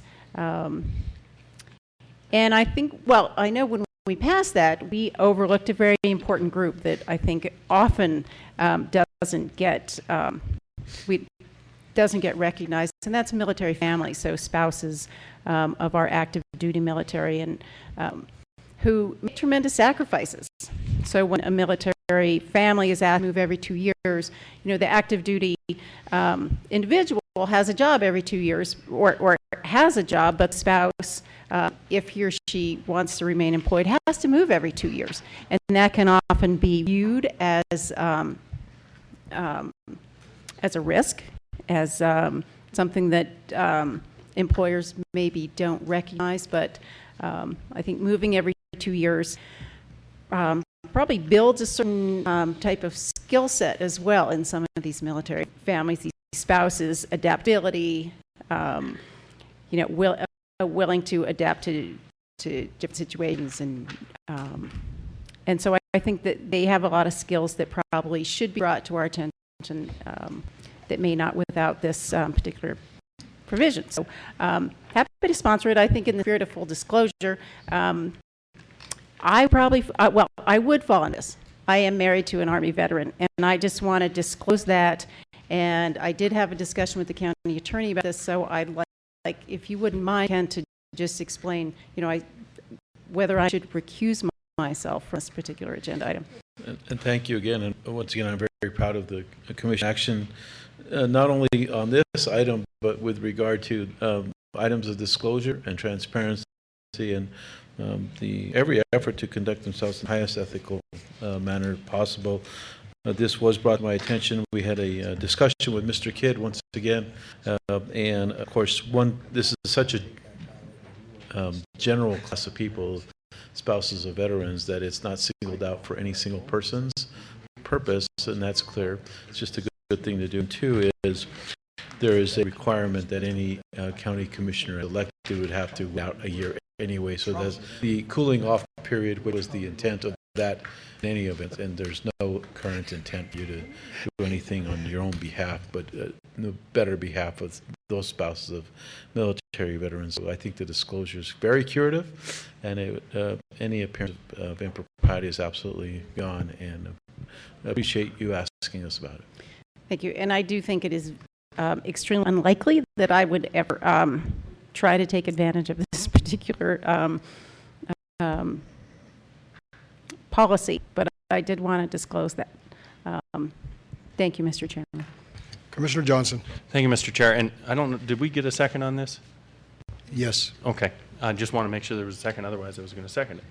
So I'll do the second, which makes it 4, doesn't it? Never mind. I'm sorry. I'm babbling. I was very proud to sponsor this a couple years ago, and just like then, this isn't a guarantee of a job for anybody.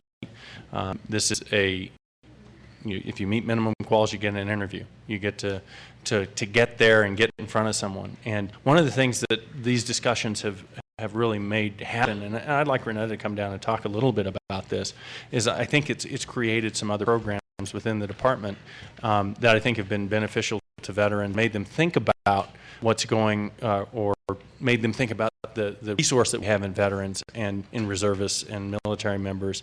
We're actually starting to key into and take advantage of as an employer.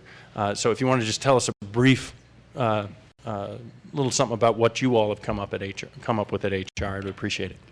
Chairman Dela Cruz, members of the Commission, I would like to also take this opportunity to ask Michael Rohn to come down.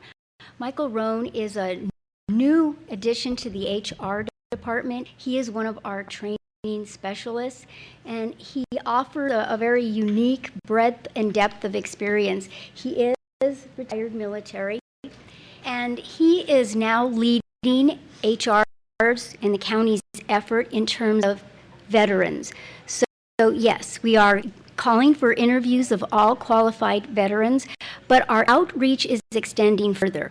We, of course, attend job fairs that are targeting veterans as they are trying to enter the workplace, but we are also tailoring some specific projects and efforts towards our veterans. And again, I think as you mentioned earlier, Commissioner Johnson, sometimes the translation of their experience in the military into the workplace, government, or the private sector is difficult for hiring managers and department directors to make that translation. So, you've done this in the military, but how would this apply to the job that I've got posted and the vacancy we're looking to fill? So, with the help of Michael, we now have very targeted efforts. And one of those efforts that I think we're very proud of is those veterans that qualify for positions in the county.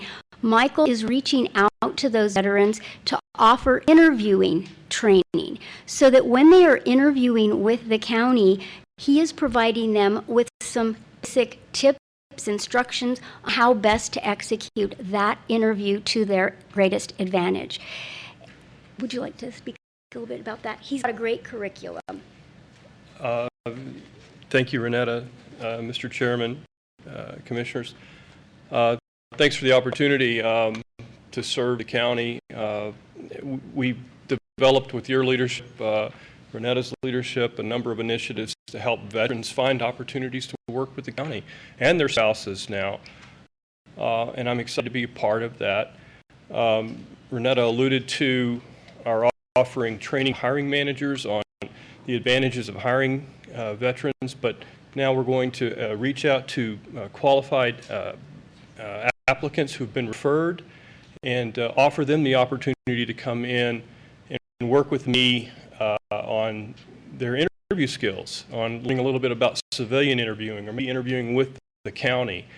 And I look forward to working with you to bring more veterans into the county.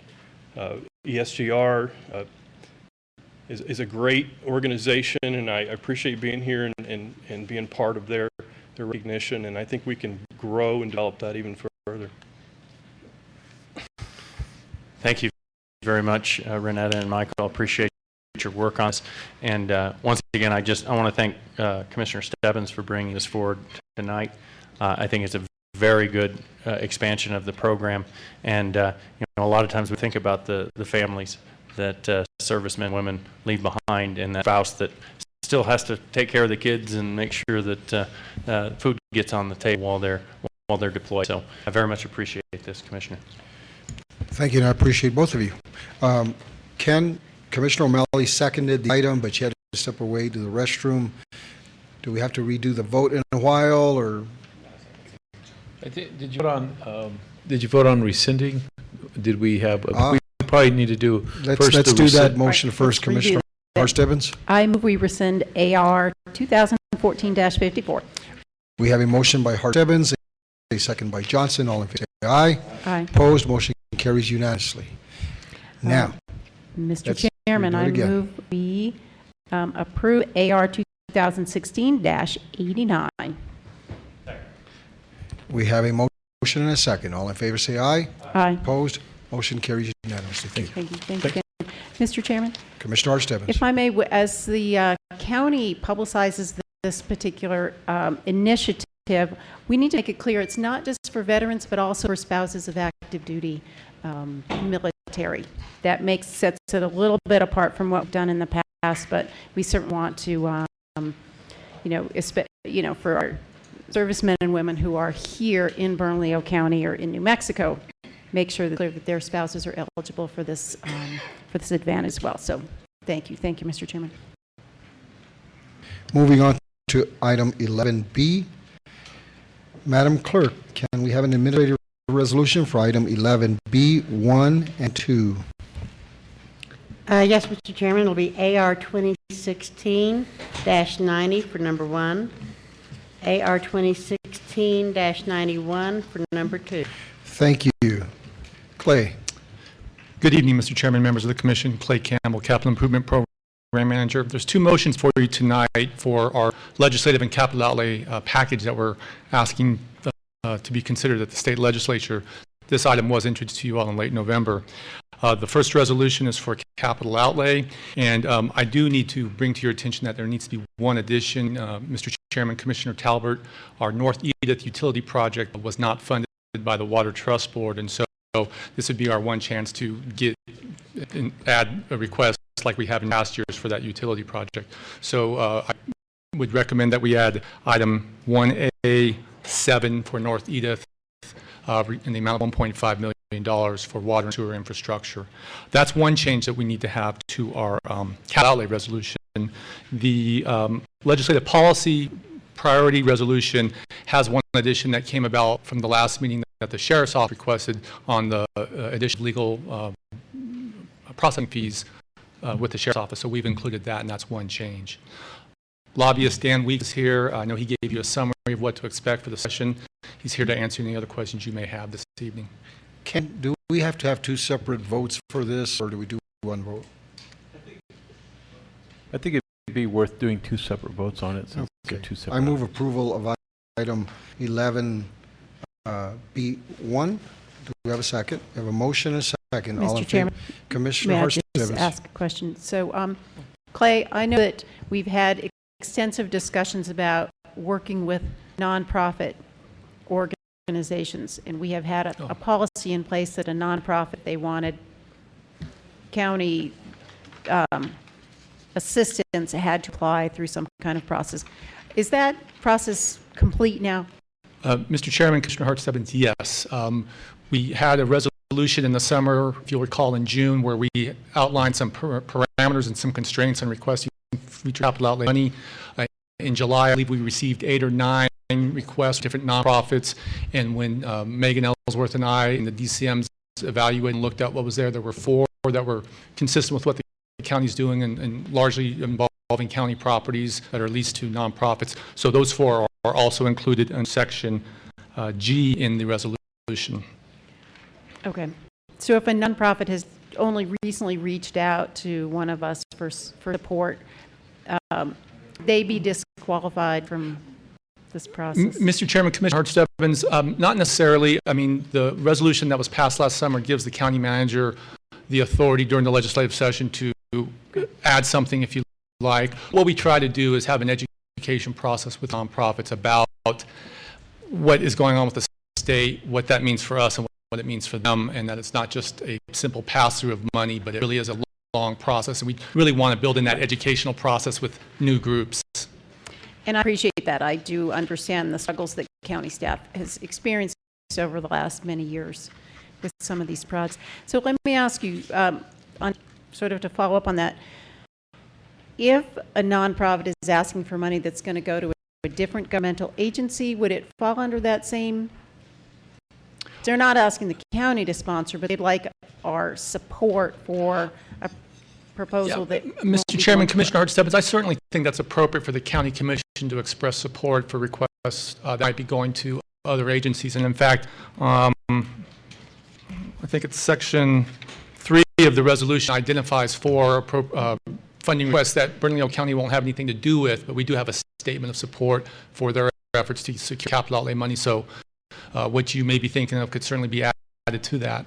Okay. Because what I'd like to do, I don't want to end this tonight, but I was just recently approached by some individuals who are working on the Hispanic Arts Institute and workshop, which I think really fits in with our economic development policies, our intent to support small local business, to support the cultural economy. And they have already received some state capital outlay funding, which was not rescinded. And so I may, after a discussion with the county manager and our economic development department, if it's something that does fit in with our objectives, maybe asked to come back in January and add that to our list. Very good. Thank you. I'm going to restate my motion. I move approval of item 11B1 with the addition to the item that you described earlier that was brought forward by Commissioner Talbert. Yes. So we have a motion and a second. All in favor say aye. Aye. Opposed? Motion carries unanimously. Do we have a motion for we have a motion for 11B2, and I second that. All in favor say aye. Mr. Chairman, before Commissioner we go, Hart-Stebbins. sorry, could I ask a couple questions? One thing that is not here on our list is any discussion of capital outlay reform.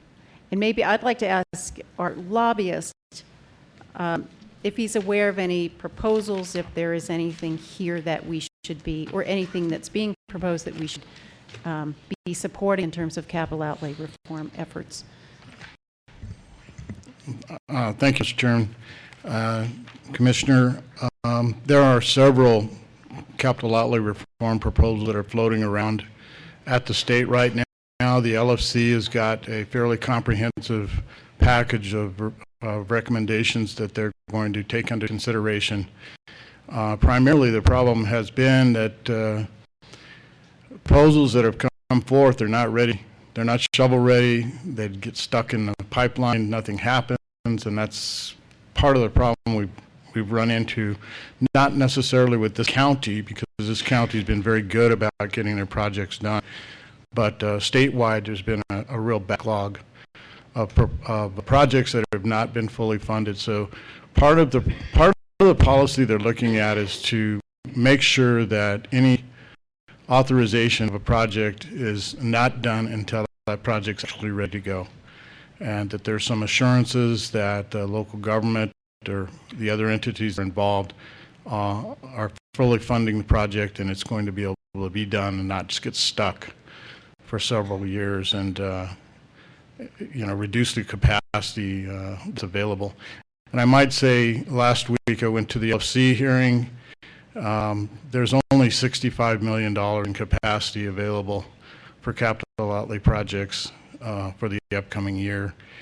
And of that $65 million, unfortunately, a lot of it's already statutorily set aside for their public schools, water projects, tribal projects, colonias projects. So there's not going to be very much capacity there for legislators to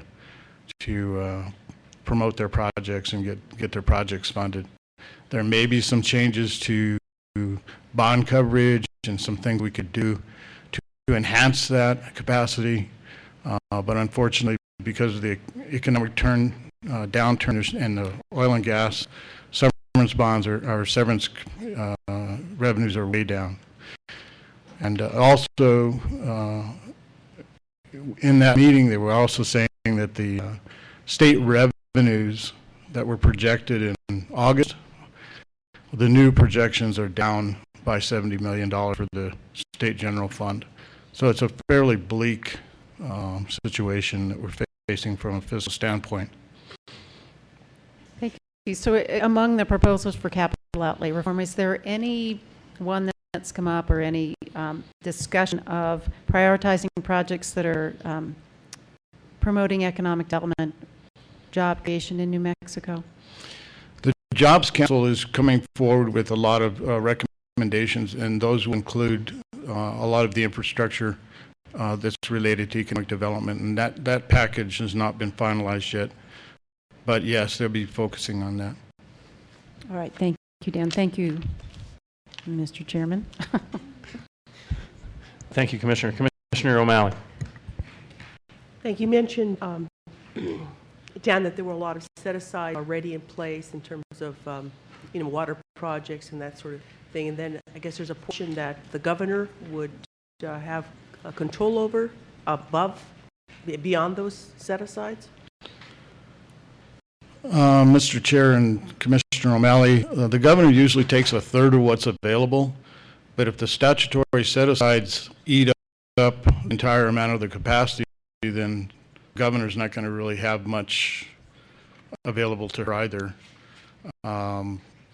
She will promote statewide projects, but again, unless the legislature goes in at the beginning of the session and does away with or reduces some of those statutory set-asides, there's just not going to be much available. So if there's a request for a very large project or a significant amount of money for something in the terms of capital through the state, there really doesn't seem to be a whole lot of money there for projects like that.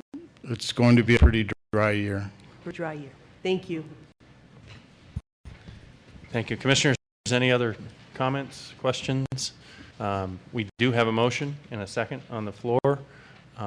All in favor say aye. Opposed? Motion passes unanimously. Moving on to item 11C, Madam Clerk, I need a resolution number, please.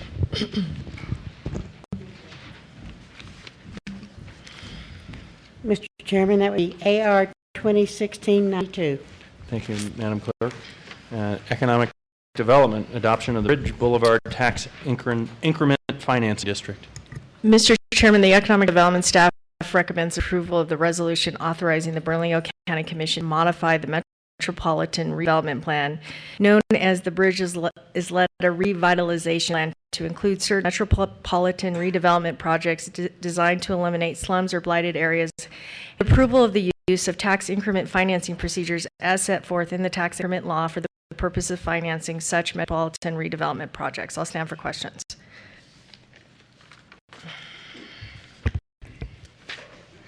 Move approval. We have a motion and a second. All in favor say aye. Opposed? Motion carries unanimously. Thank you. Did we get an administrative resolution for that item? Thank you. Great. Moving on to 11D, Regional Rail Park. Madam Clerk, can we have an administrative resolution for this as well? Mr. Chairman, that'll be AR 2016-93. 93. I am really pleased to sponsor this item. I've met with the developer and some of the folks that have been involved trying to move this forward, including the mayor of Las Lunas. And so I totally support this project, but let's get a little bit of a description for everyone. Mei Ling. Thank you, Mr. Chair. Economic Development staff put together a short presentation on the regional rail. And if you would indulge me, Mr. Chair, Senator Padilla wanted to make a few comments at the end in regards to the state. Mei Ling, do we have others that wish to speak? That just as far as and then I would like the developer to come up and speak to his contribution and a little bit more detailed description. Anyone that wishes to speak on it as well to do so as well. Thank you. Thank you, Mr. Chair. So a rail park in our backyard. What does it mean, and why should we care? So prosperity follows rail. And this is as true today as it was almost 200 years ago. Our first railroad was built. Technology is great, and while apps on smartphones can replace and order widgets and other goods, including foods, cars, and furniture, grain and more are delivered by trains and trucks. So consider this. In 2015, BNSF hauled 900,000 carloads of agricultural commodities. They hauled 1.9 million carloads of industrial products and transported 5.2 million intermodal shipments, truck trailers or containers on its rail lines instead of on the nation's congested highways. When businesses thrive, jobs are created. When people have jobs, everyone thrives. So how do we say no to jobs and to an opportunity that makes us first for a change? And so go to the next slide. So I just want to give you an example of some existing and proposed facilities. There's the Rochelle Intermodal Facility that is in Illinois. Their facility, and now they currently have an annual impact of $42 million. International Inland Port of Dallas, annual impact of $2.53 billion. The Dallas Logistics Hub right now, their estimated annual is $5 billion. Rickenbacker Intermodal Terminal, estimated $15.1 billion. The Los Lunas Rail Park, right now estimated $2 billion annually. So if we take from this list, let's just look at the Rochelle Intermodal Facility and the ripple effect of building something like that. So right now the 200, if you took a 200-mile radius from the proposed rail park, that would be Trinidad, Colorado. 200 miles from the Rochelle, drivers, users, and cargoes are transported to and from the rail park. A 50-mile radius from the proposed rail park would be Santo Domingo, Pueblo. Communities experience nearly 10% increase in economic impact. Only 25.9% of Rochelle's workforce actually live in Rochelle. The Rochelle Intermodal Facility has over $1 billion in investment, 9 million square feet of industrial space, and has created over 4,500 jobs. So then, next slide. So I just want to give you an idea of the importance of this rail park and why it's so important to Bernalillo County and why we need to participate. For the past 2 years, AED has had 8 direct requests with rail needs, 142,000 square feet average building size requested. Currently, right now in Bernalillo County, we can't offer that type of industrial space. We don't have it. It's not in our inventory, so we can't even play. 176 million average capital investment because we can't respond to those 8 direct requests. 202 average new jobs, and that average, that actually translates into over 1,600 jobs that could have potentially been in central New Mexico. Acreage requests range from 4 acres to 250 acres. So that essentially, if you add that up, we're looking at 1,600 acres that were not developed here in central New Mexico because we didn't have the rail park or the logistics park available for those inquiries. Next slide. So what does the MOU do? It allows Bernalillo County to participate in regional economic development. And through the MOU, it will allow for the infrastructure of rail and specific to a rail spur. The contribution from Bernalillo County would be up to $400,000. We're hoping other local governments and including state will step up and help to contribute to this, and that would bring our obligation down. Funds administered and secured by the village will be through the LEADA process. We have requested, and the village has agreed to our traditional LEADA clawbacks. And the MOU would terminate at completion of the LEADA project. And next to this, it's not a great picture, but that's just a map of where the rail park would be. So, last slide. Here's just to kind of get an idea of the benefits to Bernalillo County on a big picture and strategically what we're trying to do and what I think this rail park does. It keeps our talent and families here, further develop an environment for good business and good people, essentially put New Mexico back on the economic development map. Now all of a sudden we are able to play with the big boys. It's up to 5,000 new jobs, which translates to up to 15 years of construction and a $5 billion in new payroll. With $5 billion active in the local economy, every market benefits, enables businesses to generate greater independence from government contracts, and it is the expansion of jobs in our manufacturing and processing industries that is what this park will bring. And then Senator Padilla, and I thank Senator Padilla for his patience. He rushed down here from Santa Fe to be here because he wanted to say a few words, sir. Thank you, Ms. Armijo. Senator Michael Padilla, thank you very much, Mr. Chairman, Mr. Vice Chairman, Commissioners, Madam Clerk, Madam County Manager, and point of personal privilege, Mr. Chairman, Madam Deputy County Clerk. So nice to see you. Don't see you much anymore. Thank you so much for allowing me to have just a few minutes here.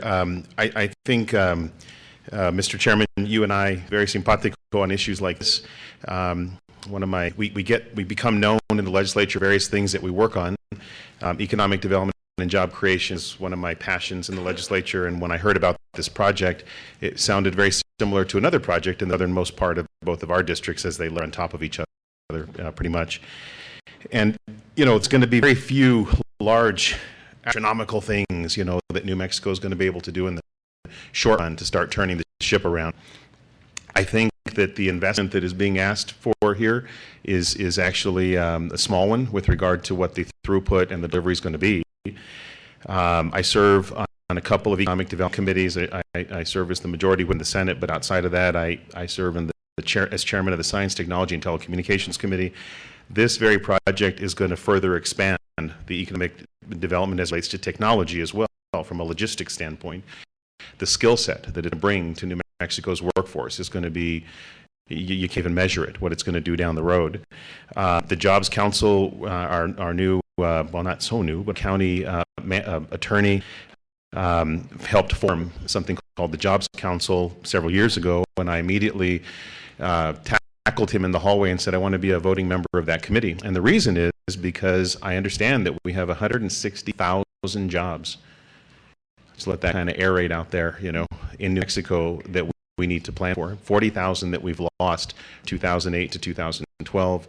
We've got to come up with the plan that develops another 140,000 or so. This is a huge task and a huge matter. So I wanted to come and just ask you to support the administrative resolution that's before you. The long haul, it does appear to be about 5,000 jobs. It's about a 10-year build-out. So on top of the 5,000 steady state jobs, you have any number of construction jobs are going to come from this as well. And Mr. Chairman, I know how important this is to you. You've done so much in our district, and I have some actual rabbit stories too, by the way, about the chairman, if you ever want me to tell you those. You know, the one with the collar and the, yeah, okay. Can I just tell them real quick? No? Is it appropriate or no? I don't want to outstay my welcome, Mr. Chairman, but I will tell you very quickly that his daughter was crying one day, and she said, "Daddy, I think that the rabbit's going to die." You know what I'm talking about, right? And he goes to the rabbit and he's kind of checking it out and making sure that everything's all right and everything. And the chairman of our county commission forgot that he'd put a collar on his rabbit. And the rabbit had grown so much that the collar remained the same size, but the rabbit was twice the size. And I'm not sure you wanted me to tell that story, but you know how I love you so much, you know. So the rabbit did survive. It did. At least for a while longer. Until it was time to make chili, from what I hear. Mr. Chairman, this is a very, very important project, as we both know. I think it's very out-of-the-box thinking and forward-thinking for Bernalillo County to support a regional project like this. I think that's fantastic. It's the way we should all be thinking about, you know, all of New Mexico. I serve one district, but I feel like I serve the entire state, and this is a project that's going to help the entire state. The comment from the gentleman, the sheet metal workers, I think we should listen to that very, very clearly. You know, Santa Teresa, I had the very same question. You know, I'm driving in the parking lot over there and going down for my committee meetings down there, and I see a ton of Texas license plates. There's nothing wrong with that. I agree. However, this project is located in a place that's going to truly benefit New Mexico employment, and ideally it's going to help us claw back that 160,000 jobs that we need to create. So his words, I hope that they ring true and are held very important with this commission, that those contracts and those agreements need to be very clear about what's going to actually and who's going to own what and when it's all said and done. So thank you very much for allowing me to say a few words. I'll get out of your hair. Thank you. Thank you, Senator. Mr. Chairman, unless there are any questions, I'll have the developer introduce himself and speak. Hold on. Go ahead, come on up, but I want to call first on Commissioner Johnson. Thank you, Mr. Chair, and following the rabbit and the hoppy talk of this project. I know, hoppy, get it? Hoppy, it's funny. Really, it's fun. All right, go ahead and go. My wife does the same thing. She usually throws something at me to go. I want to just really quickly comment on this. We talked about it being a game changer in New Mexico, and I've looked at this from a perspective for a long time that New Mexico and Albuquerque is kind of right in the middle of where everybody goes to go somewhere else. We have a lot of things floating through our state, through our city, and we're not making a lot of things that we can ship somewhere else. We did some work a couple years ago, I think, for United Poly, if I'm remembering correctly. One of the things I was surprised to find is that though they had a very heavy product, they found that shipping to the West Coast from here was a lot cheaper than doing so from their Kansas City location.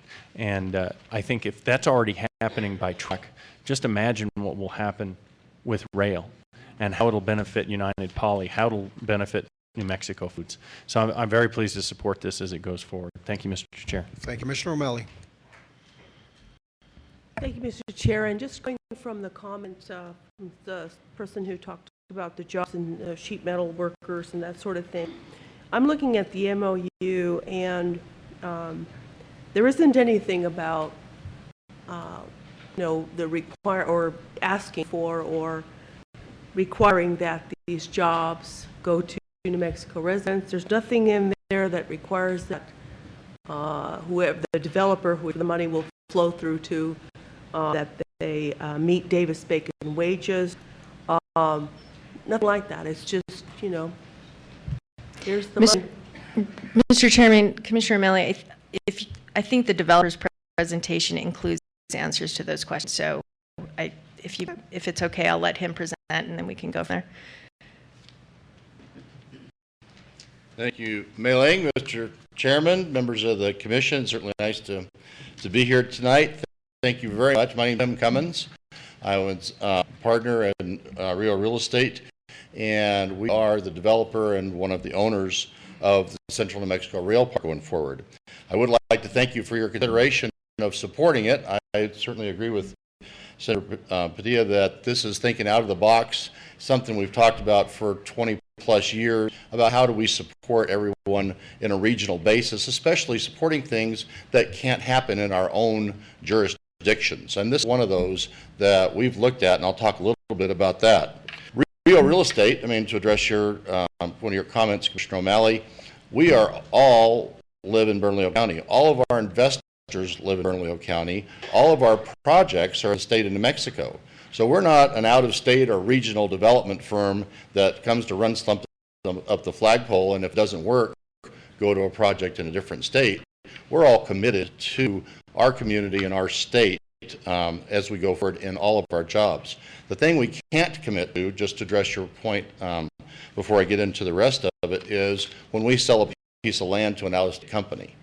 I mean, those people, I mean, you look at Facebook, we have no control if we would have, we didn't, but we would have sold our property to Facebook. They get to go do their own construction. Things that we build, we use 100% New Mexico suppliers, 100% New Mexico contractors. Our contracts for everything we do, for the engineering, for the dirt work, for the site work, for the architectural, everything is New Mexico company. So that's one of the things we're proud about, is we, believe in state. Part of what we do is to support all those businesses and the economic development which circulates the money through our businesses. What I would like to say is not only are we committed to New Mexico, we've been doing this, and we have over a 20-year history. I mean, we brought Sennheiser, their only U.S. plant, to Albuquerque. We did Tempur-Pedic, plastic injection molding companies, Shamrock Foods, we did Marilat. So, I mean, we've been in the business of doing economic development and creating jobs for a long time. And I say that because it's not our first project. We bring an experience to this. We bring a group of investors to this. We're able to bring what's really a huge project for New Mexico to reality. We've been working on this for a long time, as I'll talk about. In fact, I was licensed in 1978 as a real estate broker. And when I got licensed, and I've been in commercial investment real estate all that time, we had several problems in commercial real estate. One, we didn't have enough commercial land. Two, the land was too expensive compared regionally. And three, there was limited rail-served properties. So I'm standing here 38 years later, and we have the same three problems. We haven't fixed any of them. We looked at sites, and just to give you a brief history, we're leading into why this site is so significant. In 2007 and 2008, before the economy crashed and before we had the recession, we looked from border to border. We own industrial parks around the state. We own one on the west side where Tempur-Pedic's at. We own the other park in Los Lunas and Bloomfield and in Las Cruces. But we looked all over the state and said, where can we put an employment center that's served by the railroad and take advantage of that rail infrastructure that has been pointed out, shoots trains through New Mexico without any benefit or economic benefit to the state. We looked everywhere, and there are other sites that you can do rail projects. But the problem is there's other sites that have all four components that you need for a successful development. We did this in 2007 and 8. We were approved by the BNSF in 2008. The recession hit and the financial crisis hit in September of 2008, and the world all went on hold. And arguably, we've had a long time trying to recover here in New Mexico. We started this again 2 years ago. So we have 4 years, all told, with the two before and the two now, hundreds of thousands of dollars invested, and somebody may have said tens of thousands, but we're at hundreds of thousands invested to date. Between now and July, we'll invest probably another $5 to $6 million in the project. So, I mean, what we're looking for now, and we'll talk about why this amount is an important, significant amount of money to us in the scope of what's a $23 million cost in the development. I mean, that's just our development cost for phase one of 400 acres of the 1,400-acre rail park. So, I mean, in the scope of things, I mean, there's going to be a lot of, in that number, really road construction, utility extensions, and rail infrastructure. Why the location? And there's 4 items that really make this a significant piece of land for this to work that other places don't have. I mean, you can go south of Berlin and find a flat piece of land for a rail park. You can go out to Laguna property to the west and find a flat piece of land for a rail park. But you have to have all these components to really bring this to reality. First is transportation. We are on New Mexico Highway 6. We are on the railroad. And we're on the railroad in a piece of the spur that comes off of the transcontinental line and goes into and ties it to the line into Albuquerque at Isleta. And that's significant because it's a class 4 track for the BNSF that only has 2 trains a day on it. So when you look at kind of rolling into the second significant piece of the location is how do the operations of the BNSF serve this site? Well, you go from now, I mean, what's changed over the last 10 or 12 years is the rail runner now occupies the track that serves Bernalillo County and Albuquerque from 5 in the morning till 10 at night. So you only have a freight window to service Albuquerque for rail-served businesses from 11 at night till 3 in the morning or 4 in the morning. You flip that into our site because there's 1 train going to Albuquerque, the Amtrak, at noon and 1 train going back at 4. You now have a freight window from 5 in the afternoon till 11 at night, till 11 the next morning. So the ability to service a larger volume of business grows exponentially. The other thing that's significant about this when we did our evaluation, you know, and again, people look at all the land that's available, but the railroad, to do a park of this size, I don't know if anybody knows how long a railroad train is, but they're about 8,000 feet. You know, they're 1.5 miles long. You have to, in order to have a park that services these clients, be able to construct an 8,000 linear foot track with less than a 1% slope. So that means you need a big piece of flat land. And that's what we found on top of this mesa on the west side of Los Lunas. Tim, so, just very briefly, I drove out there. In fact, I talked on the phone when I was trying to find it. Right. But there's also for lack of the terminology, it's a queue, a stretch of rail that wasn't built for the purpose, but it allows for the stacking of trains separate from the main line. Is that correct? So there's that cutoff I was talking about. They call it the Dallies. It comes off the transcontinental line, but absolutely it's owned by the BNSF and allows for stacking and staging of the trains during those freight windows. How long is that stretch? Because I don't recall. I'm sure you told me, but I forgot. Several miles, probably like 8 or 10 miles. It's a pretty long piece. The other thing that is significant, third item, and why this is a significant piece, is it meets the first 2, the transportation and the operations issues. Third is it's close enough to an employment center. Again, you can go south of Berlin, but you can't get trucks there, and you've got to project employment and services down past Berlin.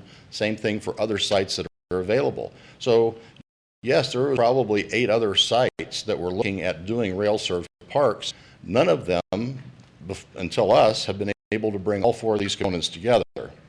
This is the only site, and this is the closest site to Bernalillo County, which is significant for Bernalillo County, but also significant for the project because that's where the labor force is going to come from.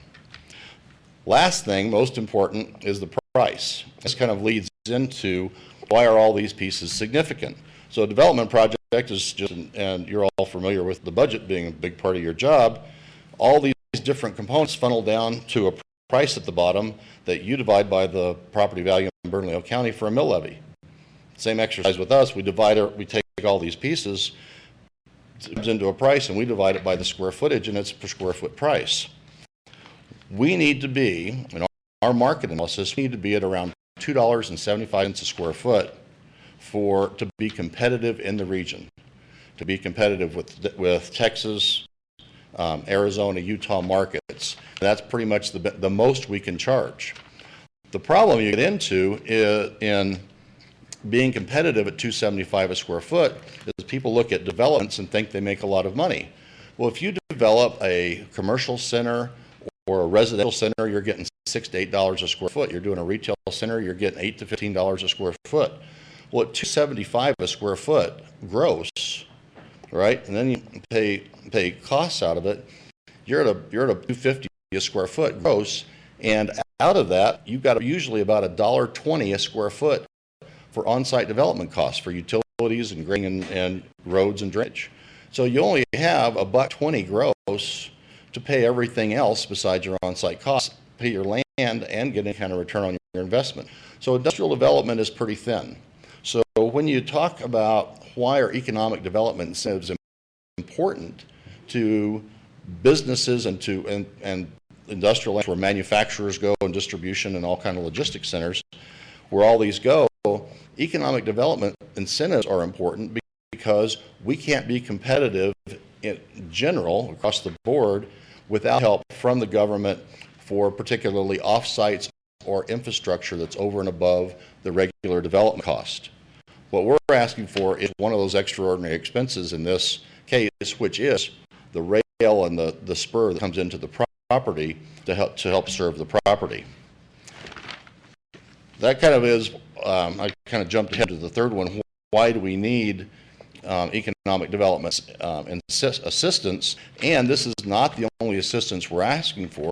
We've, through our experience over the years, there's different buckets of money, and we're going to federal EDA where we've got money before for help with the utility extensions. We're reaching out because, again, $23 million is a large investment by a group of people that are all local people. I mean, it's a big step for us, and we need all the help we can get. In closing, this is going to be a regional transportation and employment center.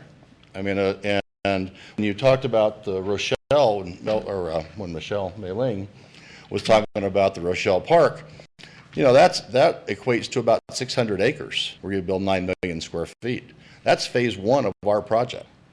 All right, we have 1,400 acres, so we're talking about doing like 2.5 times the size of the Rochelle example. The timing with Facebook is an interesting opportunity. We've for years been kind of trying to figure out locally what's going to bring our economy back. We know it's got to be driven by jobs and by construction. This project's going to do that, and together with Facebook, this is going to create a kind of a synergy of jobs that's going to be unbelievable. I mean, you're going to talk about the news reports over the last couple of months have highlighted how many construction jobs we've lost, how many of the jobs we've lost have been in construction industries. And what we're talking about is Facebook alone is bringing back 600 to 800 jobs for 8-10 years. Our site's going to have at least that many for 10 to 15 years going forward. The other thing is, and back, I know I led with this, Commissioner O'Malley, is all of our goods and services purchased locally. All of our contracts are locally. Our architects are local. Our architect and land planners are Decker Parrish Sabatini, civil engineers Bohannon, Houston, contractors are Brycon, and so everybody, or dirt contractors, Guzman, I mean, everybody we're using is local, as they always have been in all of our development. Be happy to answer any questions. Commissioner Talbert. I move approval. Commissioner O'Malley.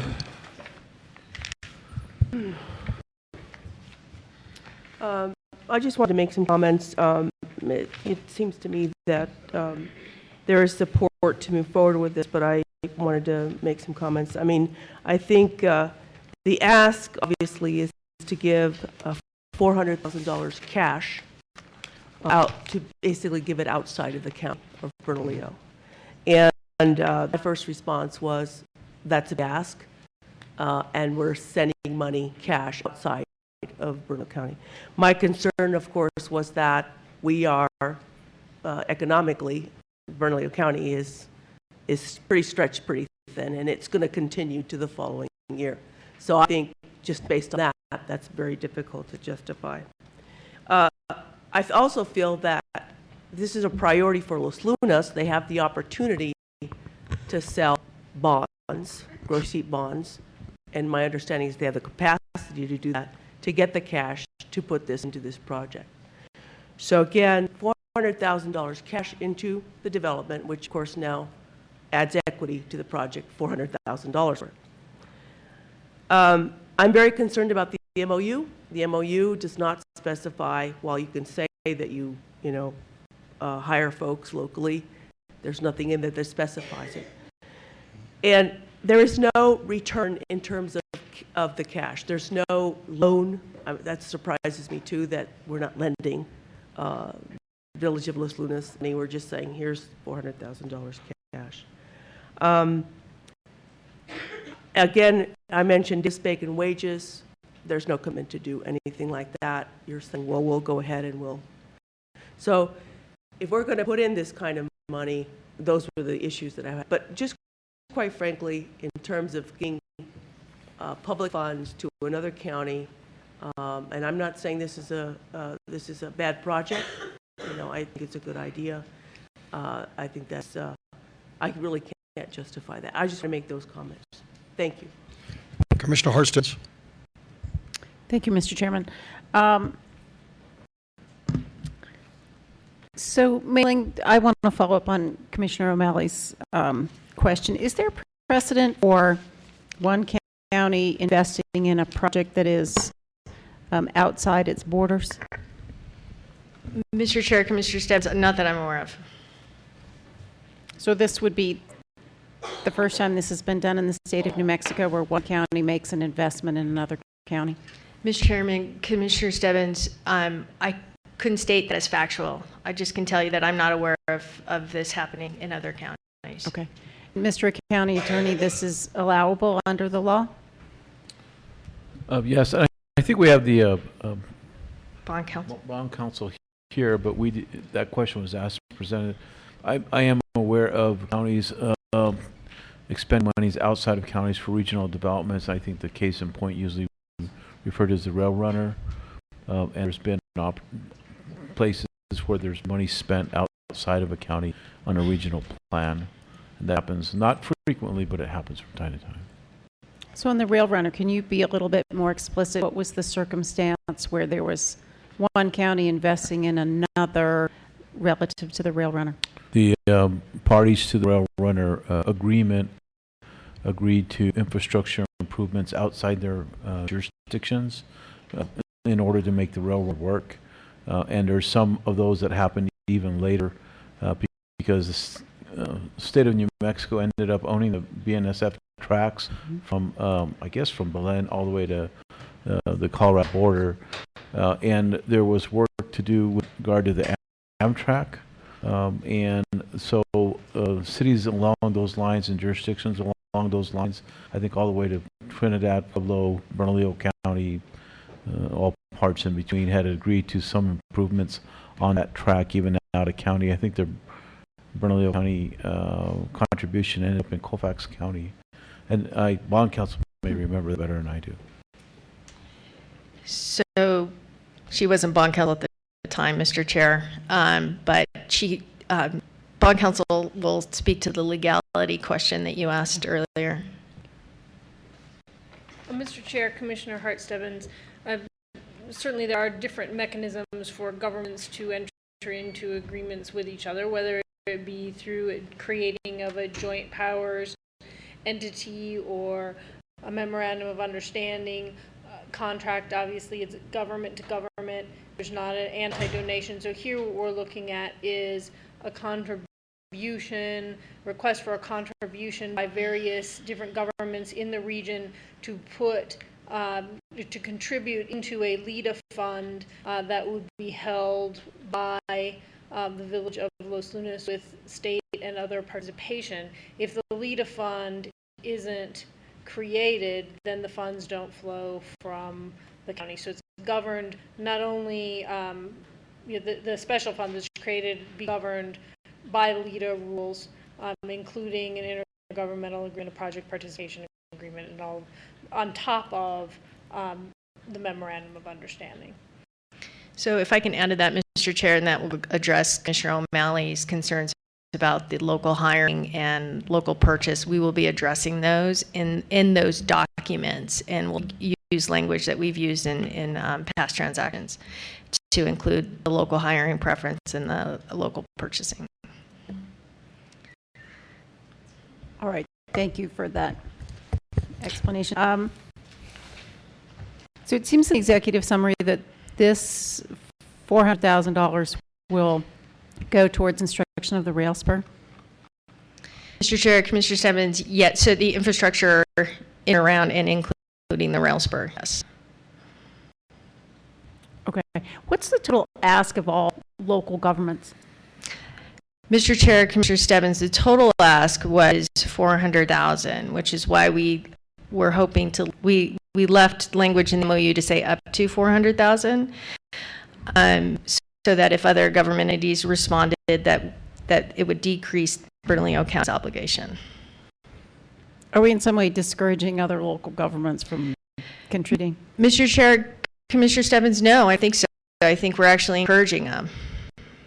But if the total ask is $400,000, we're committed to $400,000. Why would any other local government? Mr. Chair, Commissioner Stebbins, that again, we go back to the MOU and the language is up to $400,000, and so the village understands that they need to continue to work with other surrounding local governments and the state to bring that number down. But what we don't want to do is stall the project.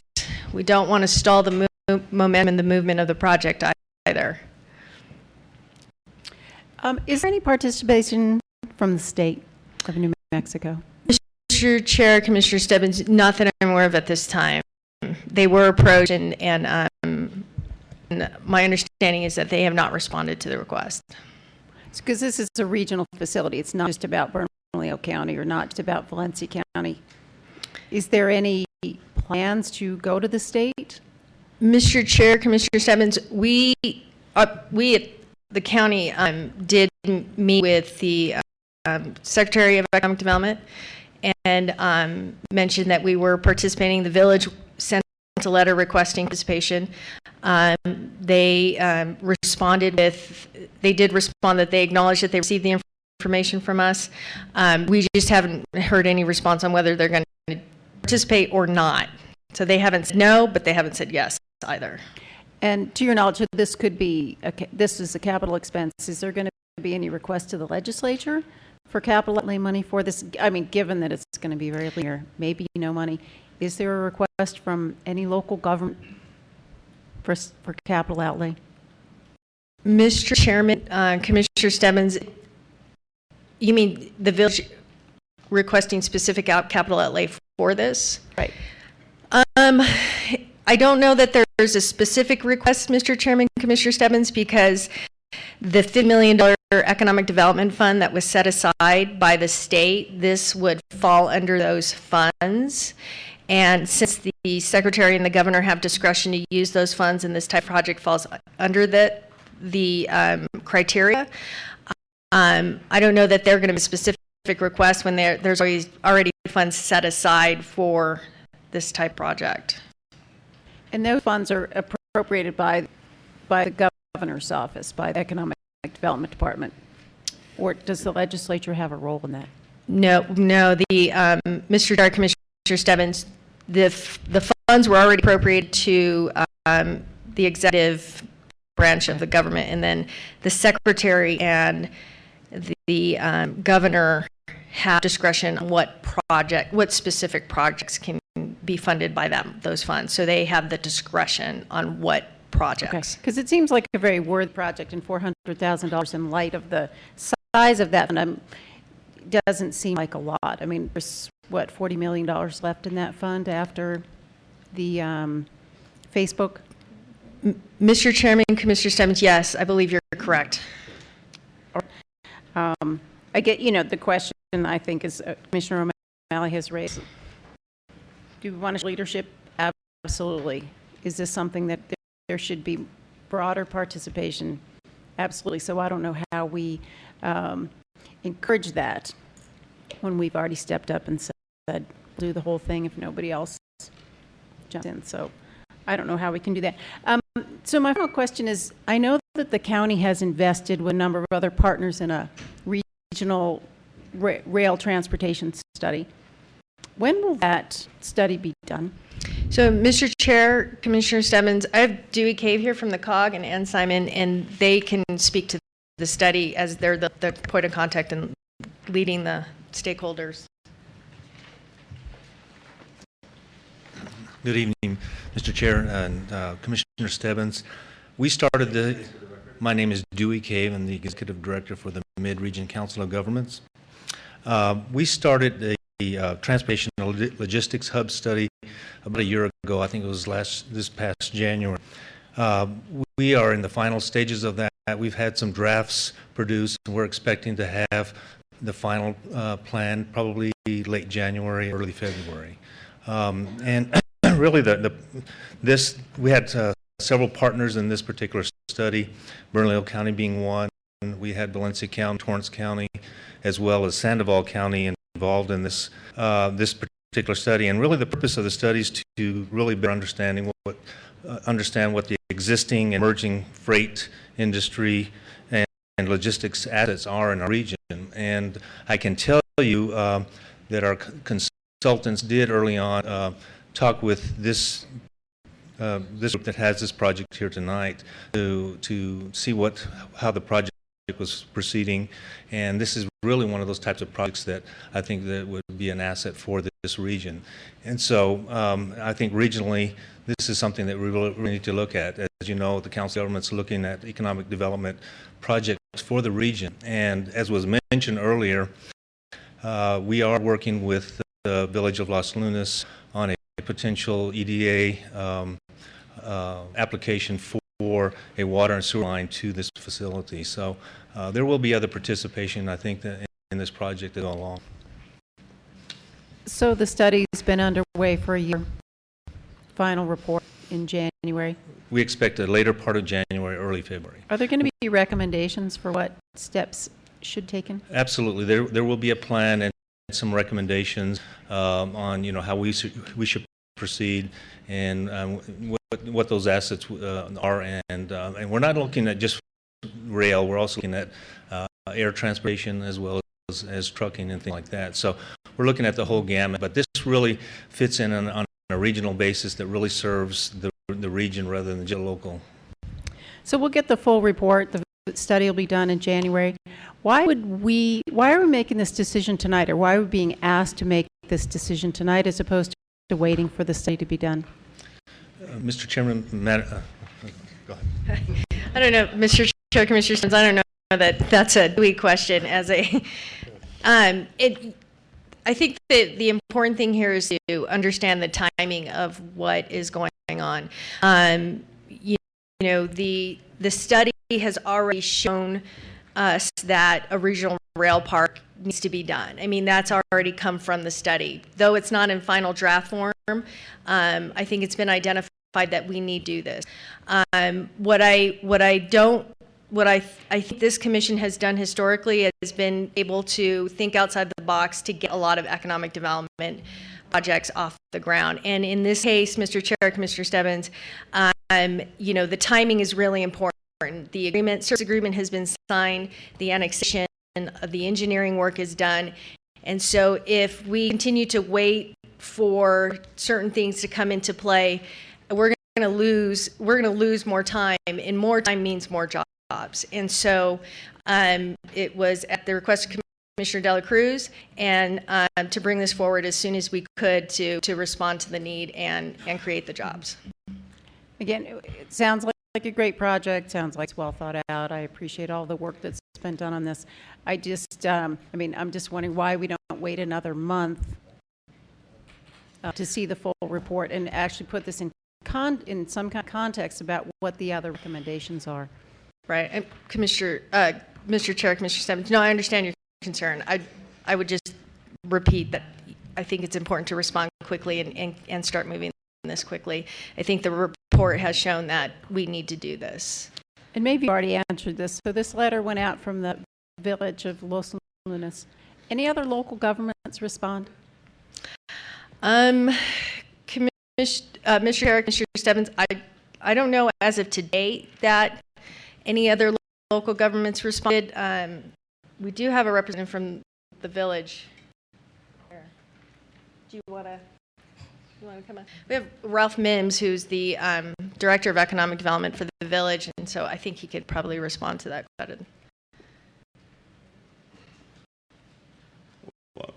Well, not at this time. I would say, just echo what Maylene Please said. identify yourself for the My record. name is please. Ralph Mims. I'm the Economic Development Manager for the Village of Los Lunas.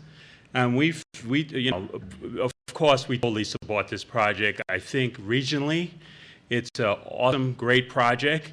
It creates jobs, it creates employment, and it's not just for the Village of Los Lunas, it's a regional apparatus for economic development. Village of Los Lunas totally supports this project. All the regional counties, cities within Valencia County supports this project. We need to keep our young people in our state. Problem is, a lot of young people leave New Mexico because there's no employment opportunities there. So we need to move on this pronto, right? Besides our local government, I have not. Yeah. All right. Beside Bernalillo. And since you're here, if I could ask you these questions, are there any other incentives that the Village of Los Lunas or Valencia County or industrial revenue bonds? Not at this time. Not at this time. It's not anticipated? Well, you know, we may look at other incentive as the project moves forward, but at this time, no, nothing at this time. Okay. Thank you. Thank you, Mr. Chairman. Yeah. Mr. Chair, are we? Commissioner Stebbins, is he done? Commissioner Talbert. Thank you, Mr. Chair. I'm tired of 6.9% unemployment. I'm tired of constantly talking about needing to get jobs and debating and debating and debating when we have an opportunity for a regional project that sometimes takes large leadership from the largest county in the state. And sometimes it takes money, $400,000. We're not talking $4 million, we're not talking $40 million, we're talking $400,000. We debated less on this commission for $100 million. If we talk about Wagner, that got approved and put through in 30 days. It was happening, it was done. We were moving forward. I'm tired of 6.9%. I'm thankful for the Village of Los Lunas for stepping up with Facebook. Everyone goes, oh, it's only 30 jobs. Do you not understand that when you get to say you have Facebook in your state, what that means? That means something good. And when you get to say that you have a regional rail park, that's something good. These are good things that we all get to look at and be a part of. And so moving quickly is important because that way we get moving forward and we don't keep standing on this treadmill of just looking to move forward and going nowhere and seeing the same thing in front of us. I commend Senator Padilla for having a vision, not just beyond the South Valley, but for the state of New Mexico. How many times did we debate whether the rail runner was going to be good? That was something that said, hey, in the next 10, 15, 20 years, this is going to be good for the state. That's what this is. This is going to be something, we may not see the benefits tomorrow, but we're going to see it over time. We talk about mental health and we talk about taking a regional approach. This is another opportunity for a regional approach. Why we do the same with economic development? We should. We need to. I'm tired. 6.9%. Leading the nation. Thank you, Mr. Chair.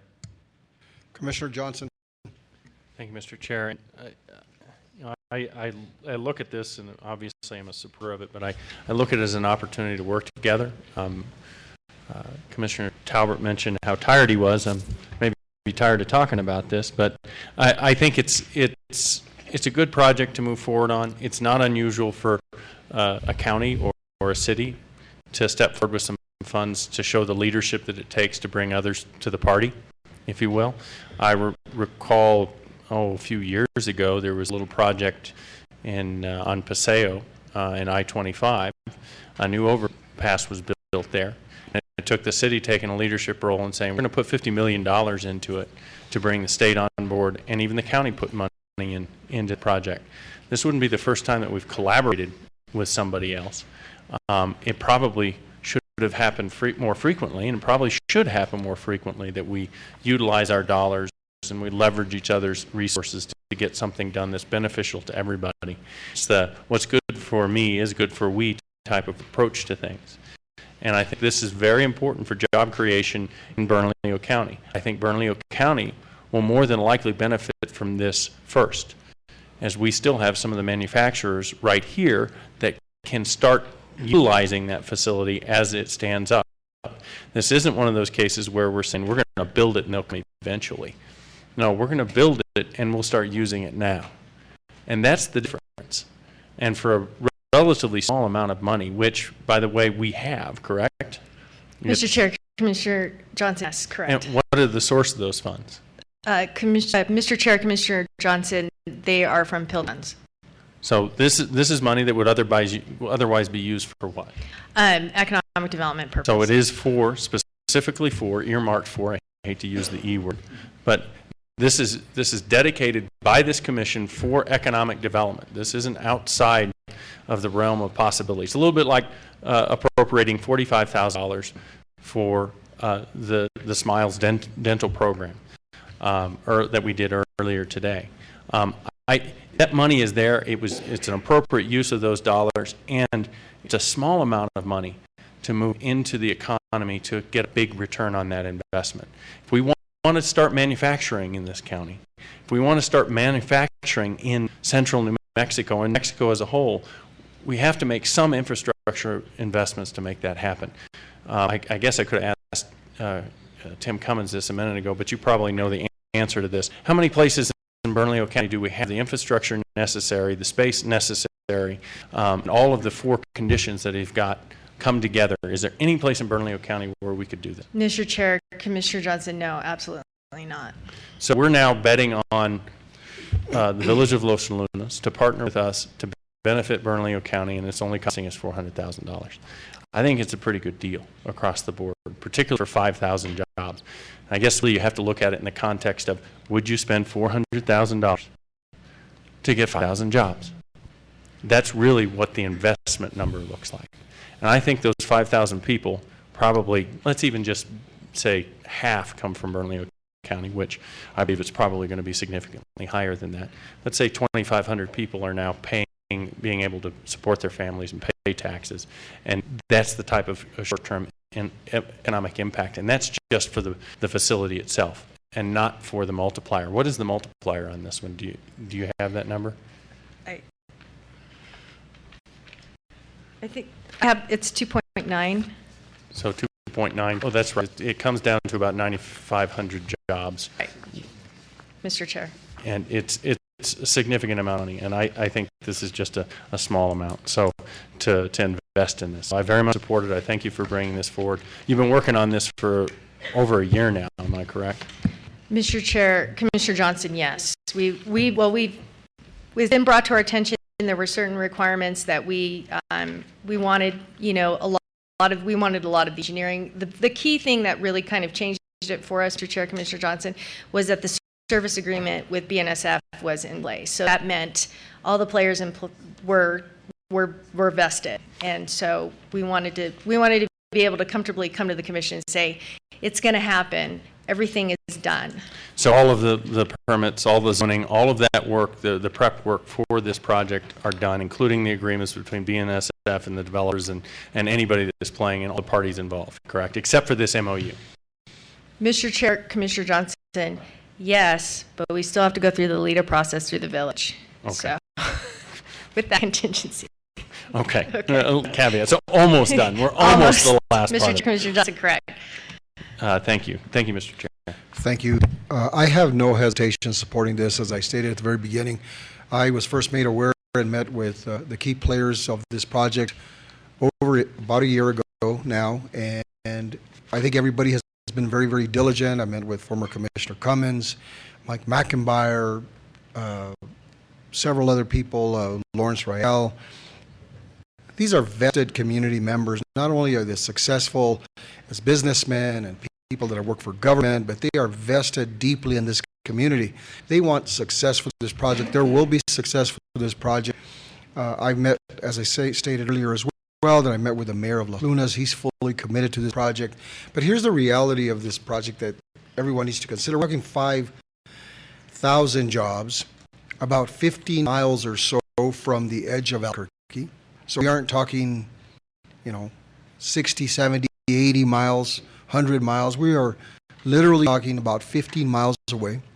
The population of Las Lunas and Belen are small to the point that they can't fully support the employment component of this project. So most of the folks that are going to work there are candidly going to come from Albuquerque, Bernalillo County. This is 400,000, as Commissioner Talbert was highlighting, and Commissioner Johnson, is such a small amount when you're talking about what this is going to bring in terms of employment. Now, I got to tell you selfishly that it is close to my district, and so I am the sponsor of this. And commissioners, I would tell you that you shouldn't have any hesitation. These are committed people that are putting this together, and it will be a success. Commissioner Hart-Stebbins. Thank you, Mr. Chairman. And I just want to follow up on Commissioner Talbot because on his statements, because, I'll say I'm getting tired too. I'm getting very tired of people on this dais implying that they care more about job creation or people who are unemployed than others who are here. That somehow when some of us ask questions about these economic development proposals, that we're somehow being anti-business, anti-job creation. I feel I owe it to my constituents, I feel I owe it to the taxpayers of Bernalillo County that we vet these proposals. And some may choose not to do that, and I respect that, that's fine. But to in any way imply that asking questions about this, answering our taxpayers' questions, guaranteeing that our taxpayers are getting value for their dollars, that when one of these proposals comes to us, that we have some kind of guarantees that the promises being made to taxpayers are actually going to be fulfilled, that are somehow that are in writing. I'm getting tired of that. I don't think there's anybody here who doesn't care about the unemployment rate, who doesn't care about the people who are unemployed. But every single one of these projects deserves a thorough vetting, both by our staff and by those of us on the county commission who care to do so. So, again, I hope we can put that to rest, that we don't have these speeches about serving the unemployed, because I think all of us care very deeply about that. And again, I think questions that some of us are asking are absolutely fair, absolutely warranted. And I think we owe it to the people of Bernalillo County to be asking those questions, not only on this one, but on everything that comes before. Thank you, Mr. Chairman. Commissioner O'Malley. Thank you, Mr. Chair. I'm just going to be a little more blunt because of those comments that you made, Commissioner Talbert. If you're getting really tired of debate, I think you're going to need to get over it, because I'm going to ask questions. I'm going to vet issues. Again, as was mentioned, I feel I owe it to my constituents. I have been very honest and very clear with folks, I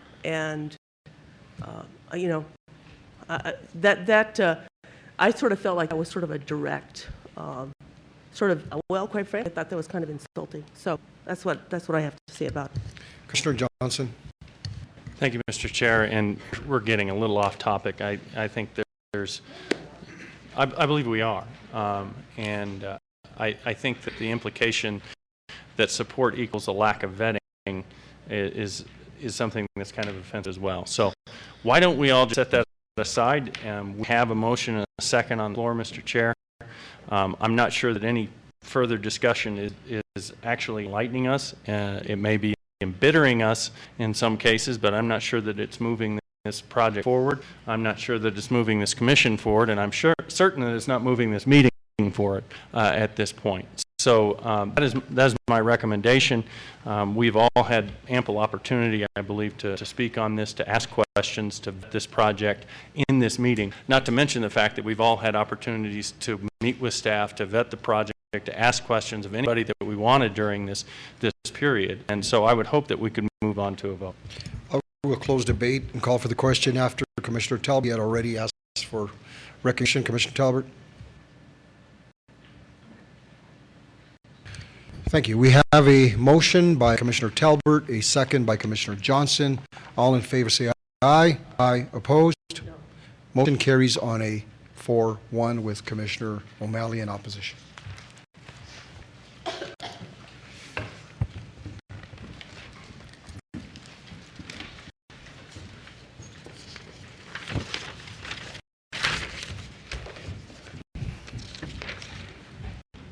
Moving on to item 11E. Madam Clerk, can we have a financial resolution for 11E? Mr. Chairman, that'll be FR 2016-94. Thank you.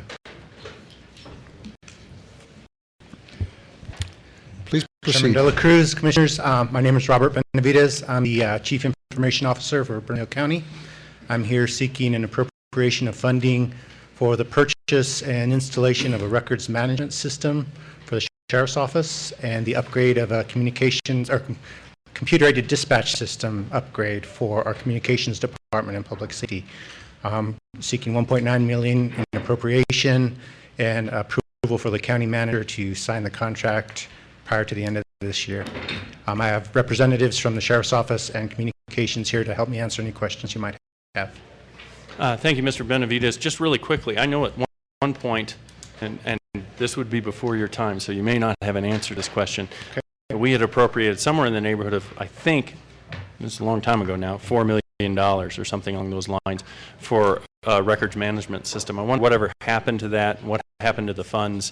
Does anybody have any? I think Ms. Reagan has some ideas on that. That money was taken away, Shirley Reagan, Deputy County Manager of Finance, that money was taken away and rolled into fund balance to meet other needs because at that time the project wasn't well developed. Okay. So that's not sitting in a pot somewhere. I'm sorry. It's not sitting out in a sequestered pot somewhere that No. this month coming. Okay. I just wanted to make sure we were checking all the couch cushions, as it were.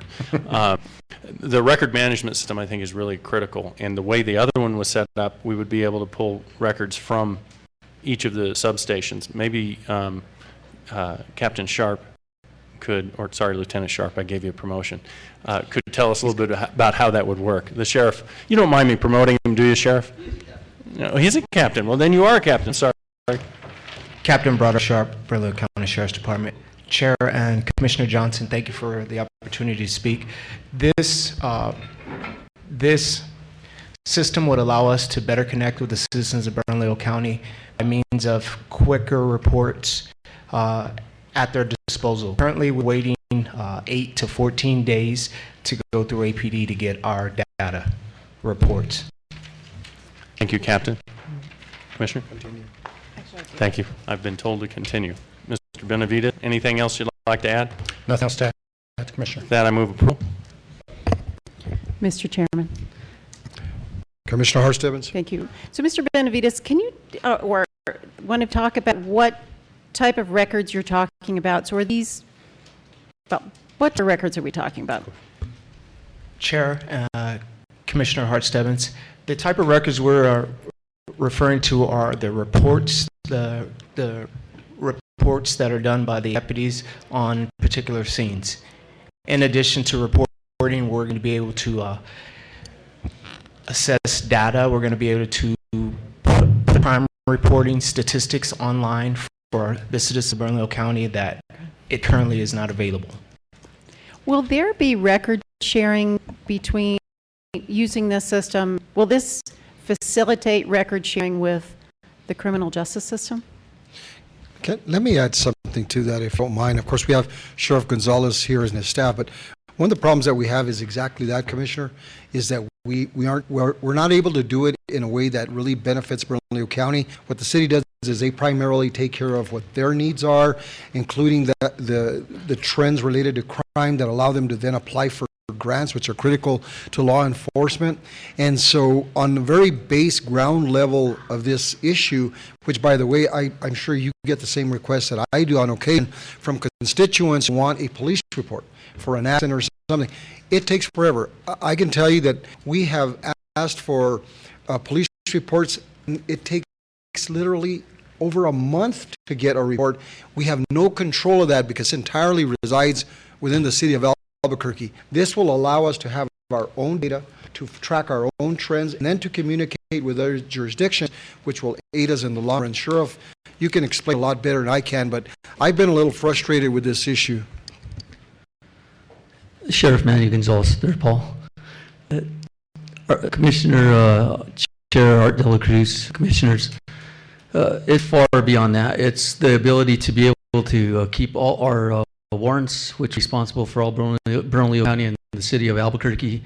Also all the civil process, which is very important for behavioral health and the future of that program, and also that regional approach to complete that, but also to give all the data that goes into that. And when I say that, I mean the intelligence, the information that our deputies share not only amongst each other, but regionally, locally, statewide, and probably nationally. So our ability to be able to get grant funding, generate revenue for those documents, which we've never done in the history of Bernalillo County, would be real. And also the ability to have a real-time information for the commissioners, for my staff, when we go out to public meetings, town hall meetings, for all the other events we go to, that the citizens actually have we have an obligation to provide for them, we would have at hand. And at this point, we don't have that ability. And it is very, it's a big disservice to every citizen to try to keep them safe, and actually for us to be able to deploy our resources reasonably and sensibly. And this is the kind of business we're doing right now. It's really a 20th century method, and we want to actually do a 21st century police agency, and this is the only way we're going to be able to do it. Commissioner Harstad, you still have the floor. Thank you, Mr. Chairman. Thank you, Sheriff. So the Criminal Justice Review Commission meeting, that's where, all of our partners in the criminal justice system get together once a month, and this issue has come up about data sharing, and it's been an issue as long as I've been on the county commission. One system, APD, might be different from BCSO, and the flow of information, particularly to the court system, back and forth to the jail, making sure that judges, when they're making their decisions, have all the information they need about a particular defendant. Is this going to address that issue? Yes. Commissioner Art Stebbins, you could probably attest yourself to sometimes needing services from the Sheriff's Department. We always try to provide every commissioner with as much information as we can that's not law enforcement sensitive. This would just enhance that. And for us to be able to have the ability to keep records and provide records at our fingertips, literally, to be able to, at the press of a button, get you the information you need, would be resolved. At this point, it literally takes us weeks to get this information, to go through our people that do the analysts, people that actually do the legwork to get all this information. This would remove that. So yes, this would create the opportunity to us to work in the criminal justice system to get the information, whether it's to the courts, whether it's to the commission, whether it's to their stakeholders in law enforcement or criminal justice systems. We would have that ability. And at this time, we don't have that ability because we're really dependent on the city because we have a memorandum of understanding with them. So when your deputies are out in the field, they're filling out reports and what happens during their day. This will all go into the system. Will it go to the public? Will it go to the DA and the public defender? It will be based on who we want to share that with. Obviously, we do want to share information. The way local government works, obviously, from the bottom up. Oftentimes, when we try to get information from the federal law enforcement partners of the state, it's very difficult. But when we're giving information, we'd be able to give this information from really from the community and from the citizens, and be able to take that information in a more proactive way and actually probably either deter or prevent incidents. That's where we want to balance out Right. what we're doing right now. We're really the experts of reactive policing, but we want to be able to balance out with being proactive. And this gives us the opportunity to do that. Okay, because there has been this issue, you know, given the Brown decision, whether courts are getting, or whether the DA is getting information in time in order to prosecute cases within the new time frame. So it sounds as if this could really, I don't know if BCSO has been having the same problem as APD getting that information in a timely way, but it sounds like this is something that could address that. Yes, you're talking more about the case management issue that the district attorney's office is having. Yes, this would help that process. Thank you. Thank you for your work on this. Thank you, Mr. Benavides. Sounds like a good plan. I think we had a motion, or who moved? Commissioner Johnson moved it, Albert second. All in favor, say aye. Opposed? Motion carries unanimously. Thank you, Sheriff. Sure. Thank you, Commissioners. Thank you.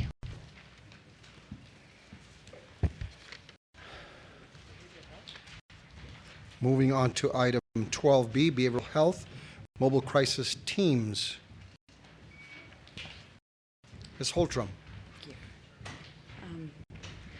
Mr. Chairman, members of the Commission, we have a motion to approve the issuance of an RFP for mobile crisis teams in the amount of up to $500,000 per year of the contract from Bernalillo County Behavioral Health Tax.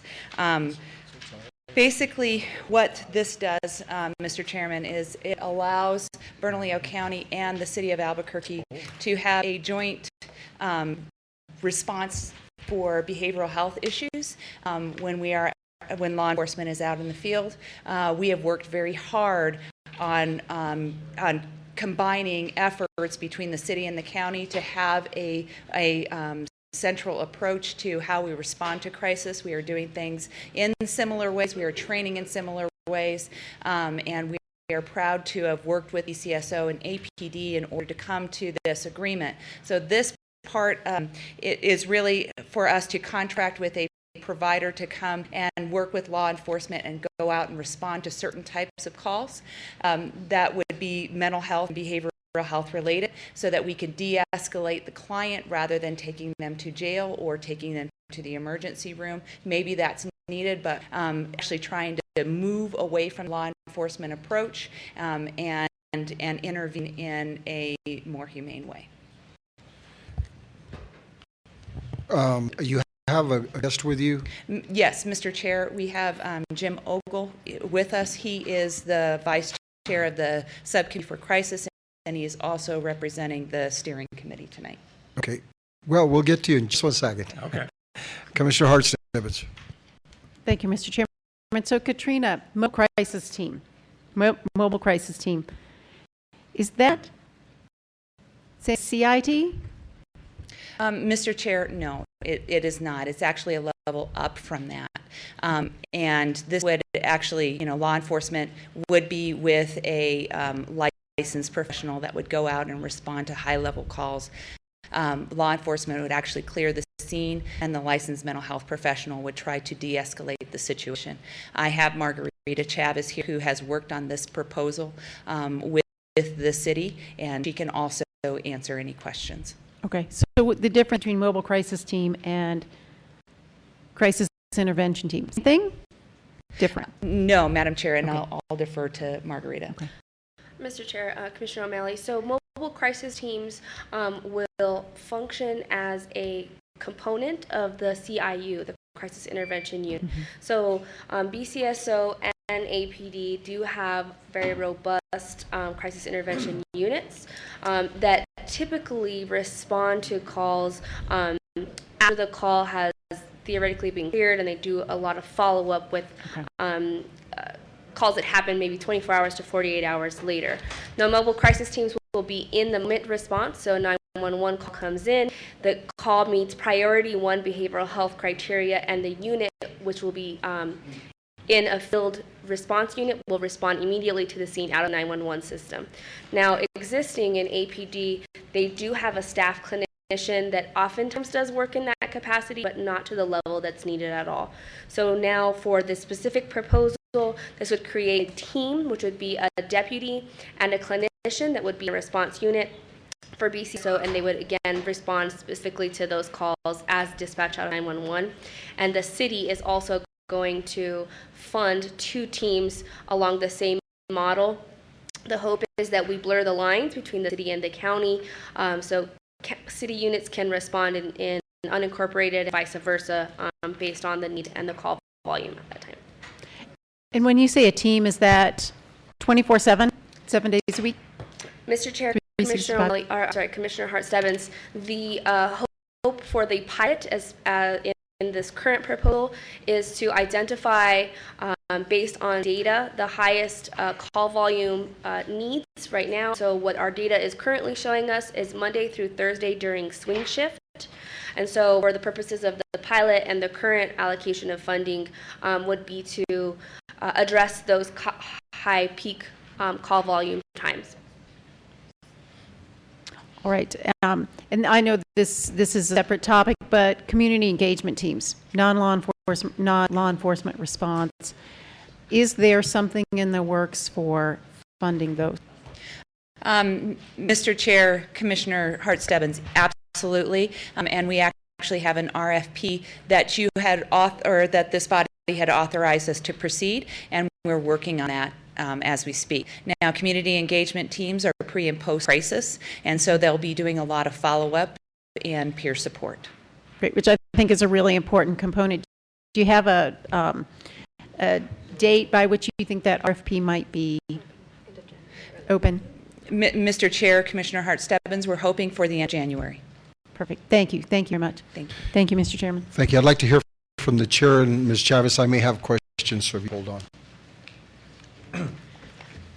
Commissioner Hart, De La Cruz, and commissioners. The steering committee is very enthused about this proposal, and it's something we've needed for a long time. I'd like to expand a little bit on what they've said and be sure you understand this is a pilot project, and we believe it will be modified as time goes on and as the data comes in. And the particular things we would like to have in the vision is basically that we come up with a team where the police are not involved, where it's just clinicians. We believe that a certain number of these 911 calls can be handled that way, and if we get New Mexico Cal involved, or one of these, a call center involved, and actually take these calls instead of 911, be much better. There are many people out there that will not call the police until it's a real disaster. So that's one thing. Another thing deals with the issue of dignity and stigma, mainly for the families and the patient themselves. And that is trying to get away from police cars showing up versus unmarked cars or some other kind of vehicle. We'd like people to think about that for the future. And also, if people have to be transported, the issue of transporting someone, walking them out of the house and handcuffs and that, because they have a mental illness, is pretty degrading to people, and both families and the individual. So in the future, we'll be looking at ways to try to address some of those issues. Thank you. Thank you. I wholeheartedly agree and support this item. The only concern that I have is the amount of $500,000 seems a little bit low for this frontline effort. How do we arrive at that? And should we have at least another $500,000 that can go up, that it go up to?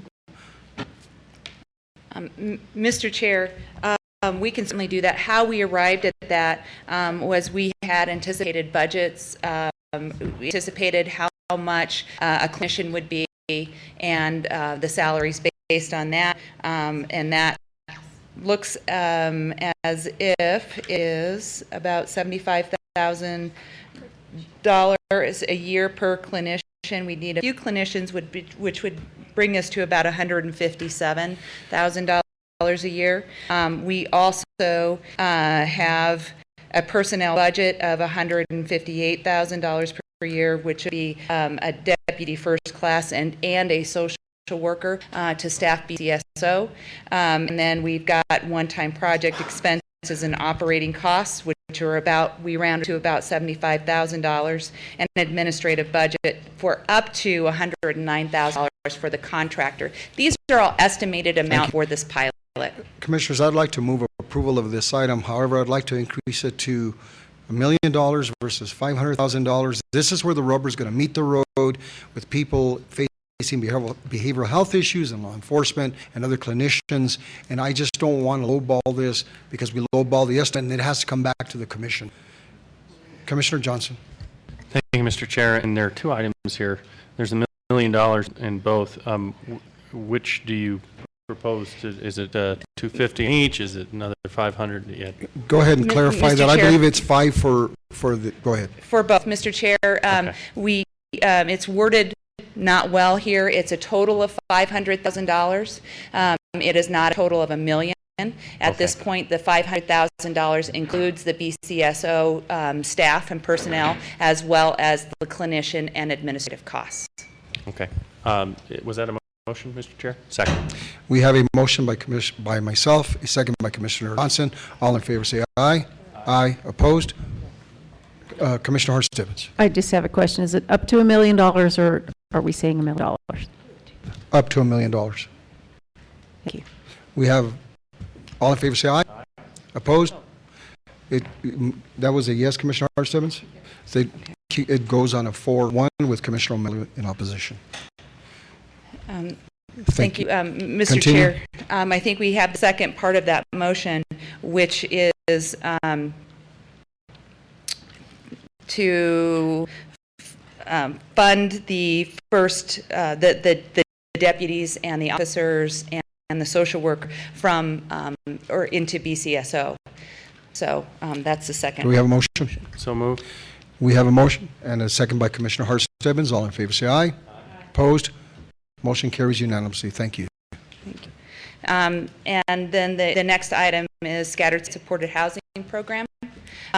This we intend to approve the issuance of an RFP for scattered site supportive housing in the amount not to exceed $1.2 million annually per life of the contract from Bernalillo County Behavioral Health Tax. This scattered site housing program will be an expansion of our Community Connections program, and who focuses right now on jail reentry.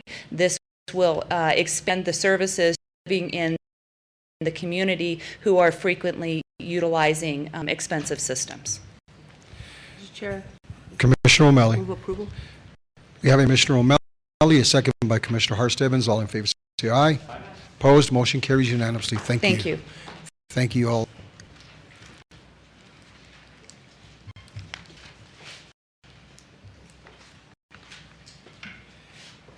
Moving on to item 12D, economic development revisions to economic development financing policy procedures. I would like to defer this. This is a very significant effort. I think everybody heard all of the debate this evening, all the various issues, and I'd like to also, I've got to share with you that I feel to some extent that, and I'm going to say this, I feel like economic development is a little bit of my baby because it was one of my first actions when I came on the commission to increase the staff and create funding. You've heard me probably say this before, but when I came on the commission and when I was running for office, I would often say that Bernalillo County took economic development so seriously that they had one full-time staff, a half-time staff, and no budget. And so we rectified that by creating a real department. And to date, the Economic Development Department has followed established policy, procedures, and guidelines to achieve its goals. This activity has resulted in more than $500 million in private investment coming into Bernalillo County through 30 projects representing more than 2,500 new jobs. The department has a solid reputation. It is lauded by business, financial institutions, and even other governmental entities. Recently, as we all know, there have been questions posed by the Commission regarding the process and philosophy of the current protocol. Therefore, in a concerted effort to best serve the taxpayers of Bernalillo County, I am asking and I am moving that we defer this item, but also direct the county manager to present a state of Bernalillo County economic development overview each March, so that you, Madam County Manager, would do a specific presentation around economic development each year in March. That, one, identifies the current opportunities and challenges in our county and how the Economic Development Department plans to achieve those opportunities and overcome challenges during the subsequent 12-month period. It is my belief that this overview will give context and provide strategy to the Commission so that as it hears applicants for financial incentives, it will better understand the forward-thinking and results-oriented effort of this particular team. Also, during the annual overview, the County Manager and Economic Development Director may recommend amendments to policy and process to reflect current economic conditions. The first overview would be presented March 14th, 2017, which is just around the corner.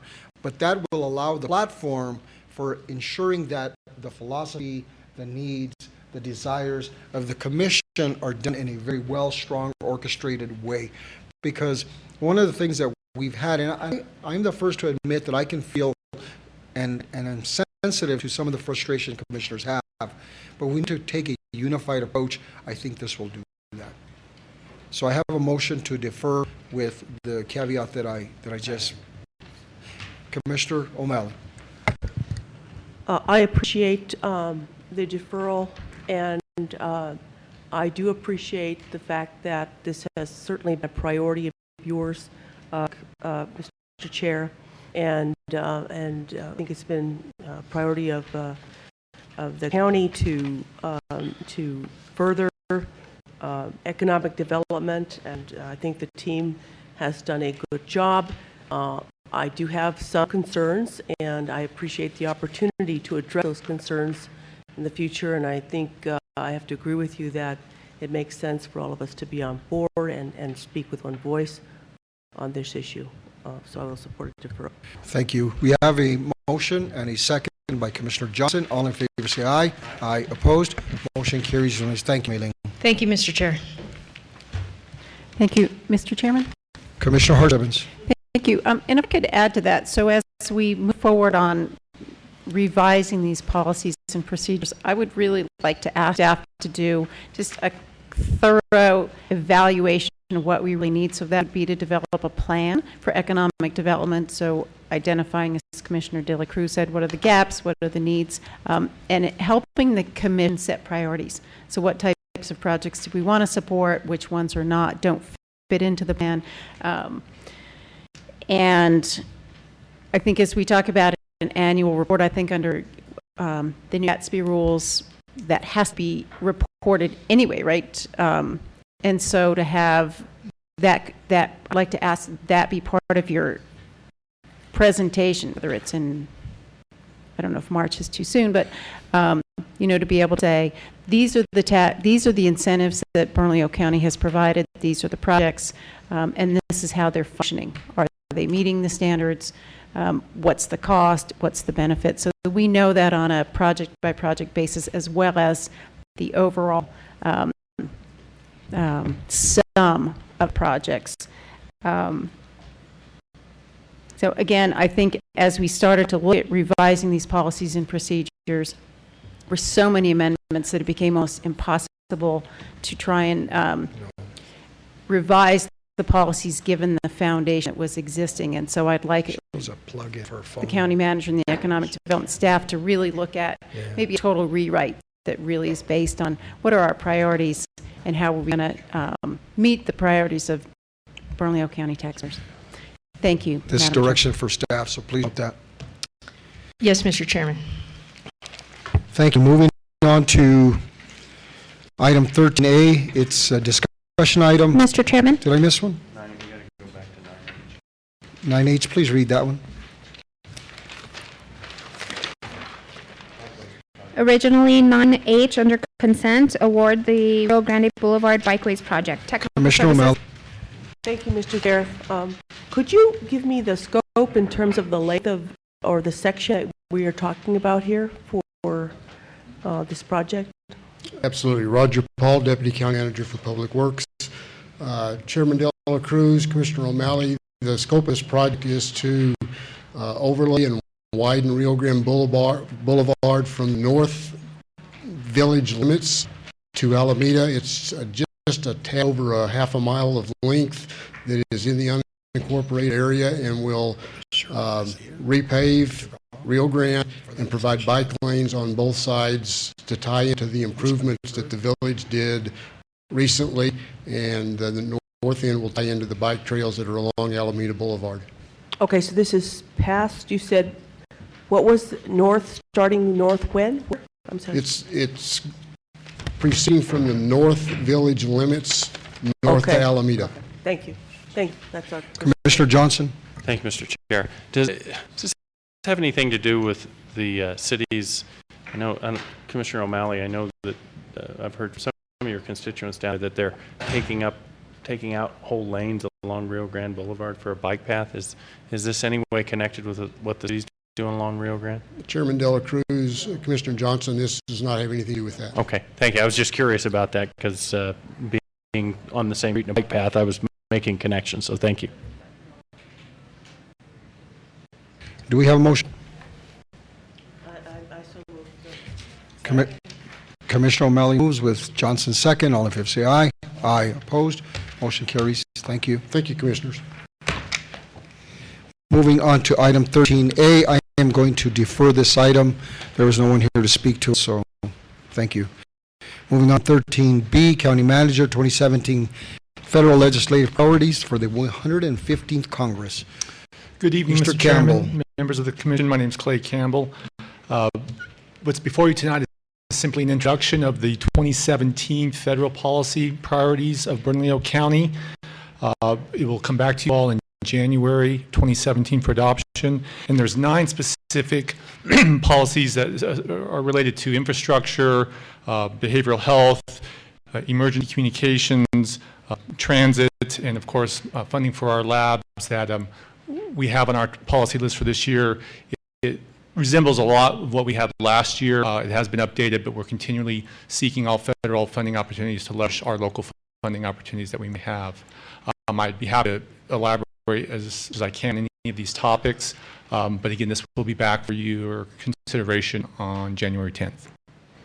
Any questions, Commissioners? Thank you, Mr. Campbell. Thank you.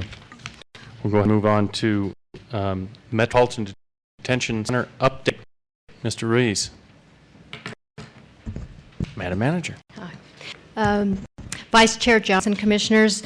I just really quickly just wanted to say that over the last year since I've been county manager, I've learned how incredibly challenging the job is a corrections officer. And you know, I know that we've got a lot of issues to address to correct some things, but I will tell you, their job is so challenging. They're the eyes and ears of the medical and mental health staff. They're like the first responders. They're counselors, and so you know, so they contribute so much to public safety, the safety of our community. And I just wanted to say that, and I also know that you all realize that we're investing a lot of time and talent here at the county, and I can say we've got our county attorney, our deputy county managers, our directors. Everyone is just there to help and to make things better because we do respect the job of the corrections officers. And we just want to continue the progress, and we want to make sure that we provide the tools that they need and support them to the extent that we can. So with that, I'm going to, well, one of the other things I did want to mention really quick is, you know, they've got all these challenges, and then they have the time to host a toy drive, a Christmas toy drive for the children of the inmates. And so, this isn't the only thing they do. They do much more. So I just want to pledge to them and to you all that we're going to do a better job to promote them, and so that people are fully aware of the jobs that they do and of the deep respect we have for what they do. So with that, I'm going to let Tom Ruiz, our jail administrator, just kind of let you know what's going on at the MDC. Thank you.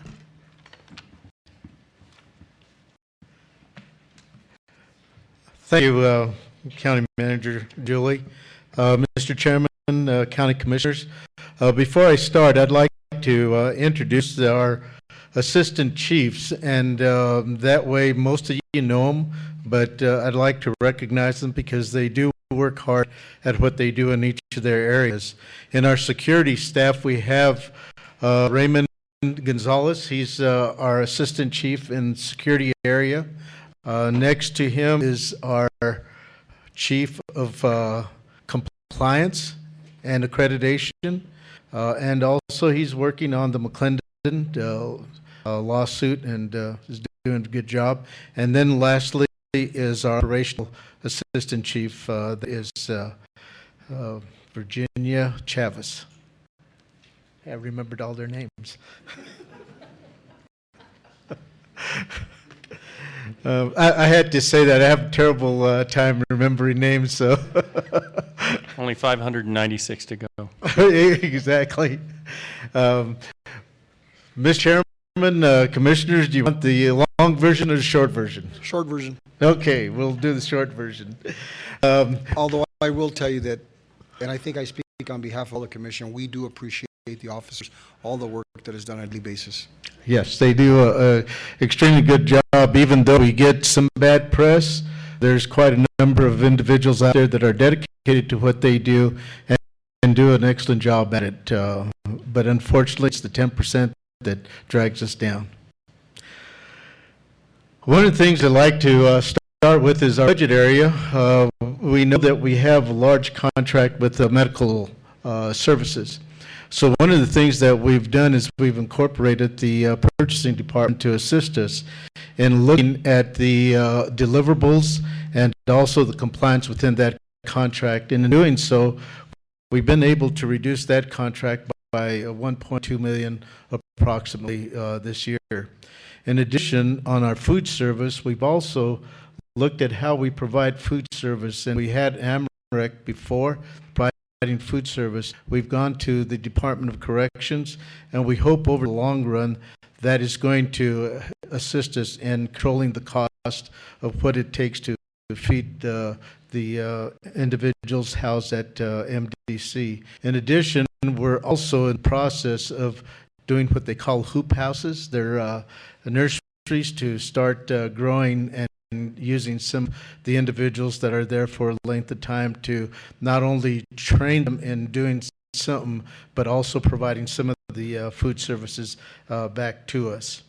One of the things that we accomplished with the facility itself, we looked at the lighting. We changed all our lighting from 100 watts to 150. That brought about some reduction in cost, but also the impact on the environment. We're also concerned about that, so we looked at that. We also have worked on and are in the process of getting ready to implement a new camera system that will allow us to look at the areas that have been blind spots in the past and give us a better view of what is going on within the facility itself. We've also created what is known for our library. Inmates we're required to provide library law service to them. So what we've done is we're piloting right now a project that is library carts on wheels, where it controls the amount of money we spend for publications, and we provide that more closely to the individuals. Right now, in the area of personnel, last year we had a turnover rate of about 13%. We had a hiring rate about 10.5%. So we're losing a few more than we're hiring. And we're trying to balance that out with the way we recruit, and we've improved our recruitment process to get more individuals in. Right now we have our academy, we have 12 of them in there, and so we're making some progress in that regard. We've also, you have to understand that we have approximately 600 employees there. One of the things that has been lacking is employee evaluations. This year, we started doing electronic employee evaluations to determine where individuals were either performing high, low, or were in between just meeting the requirements that were done. So we started evaluating our employees down at MDC now. So that's a positive. We've also, one of the big pushes of McClendon lawsuit over the last 20 years has been the use of force. We started training on the use of force. Currently, we are approximately about 50%, not quite there. We've trained about 217 officers to the point, and we still have a little more than that to go to complete, and we'll be completed with that project by the end of February. In addition to that, we've also have been doing the mental health first aid training that is required for all employees, and we have 656 employees that we have to, and that we're providing training to also on that particular issue. So it's a combination of both of those things that we're doing. Also, in the process of trying to assist our supervisor in understanding what is required with the new policies and procedures that have gone in place, we've created an office of professional standards, and with that brought a different level of requirements, procedural requirements under the policies. So what we've done with our supervisors, we've also trained them in regard to the processes of OPS, and we had our attorney that's been representing the county and the lawsuit do that portion of it for us. And in addition to that, we also recognize that we've had a large number of arbitrations that have gone on, and we've lost a number of them. So we've had county legal now come in right behind that same day of training to train our supervisors and of some of the requirements for due process and also just cause, so that they understand the process, and that way we can start gaining on the amount of arbitrations that we're losing. In the security area, last year, over the last 12 months, we've booked over 24,855 individuals at the Metropolitan Detention Center. We've also released about 25,196 in that same 12-year period, month period. So the numbers that we're dealing with are quite large, coming and going. And in doing that process, we have also reduced the population, because if you recognize, we're releasing more than we're keeping in there. And so right now, our average population has been around 1,150, which is fairly low. We also, at one point in the past month, reached our population even came down to what it was about 11 years ago. So the population is coming down. What is adding to that is that we have a lot of the pre-trial programs that are going on, like CCP. We set a cap on that one because of budgetary problems, but we haven't reached even the cap that we set there either. So we're working on that regard. One of the areas that we've had a lot of concern on and that we're addressing is the amount of security that is required at the hospital.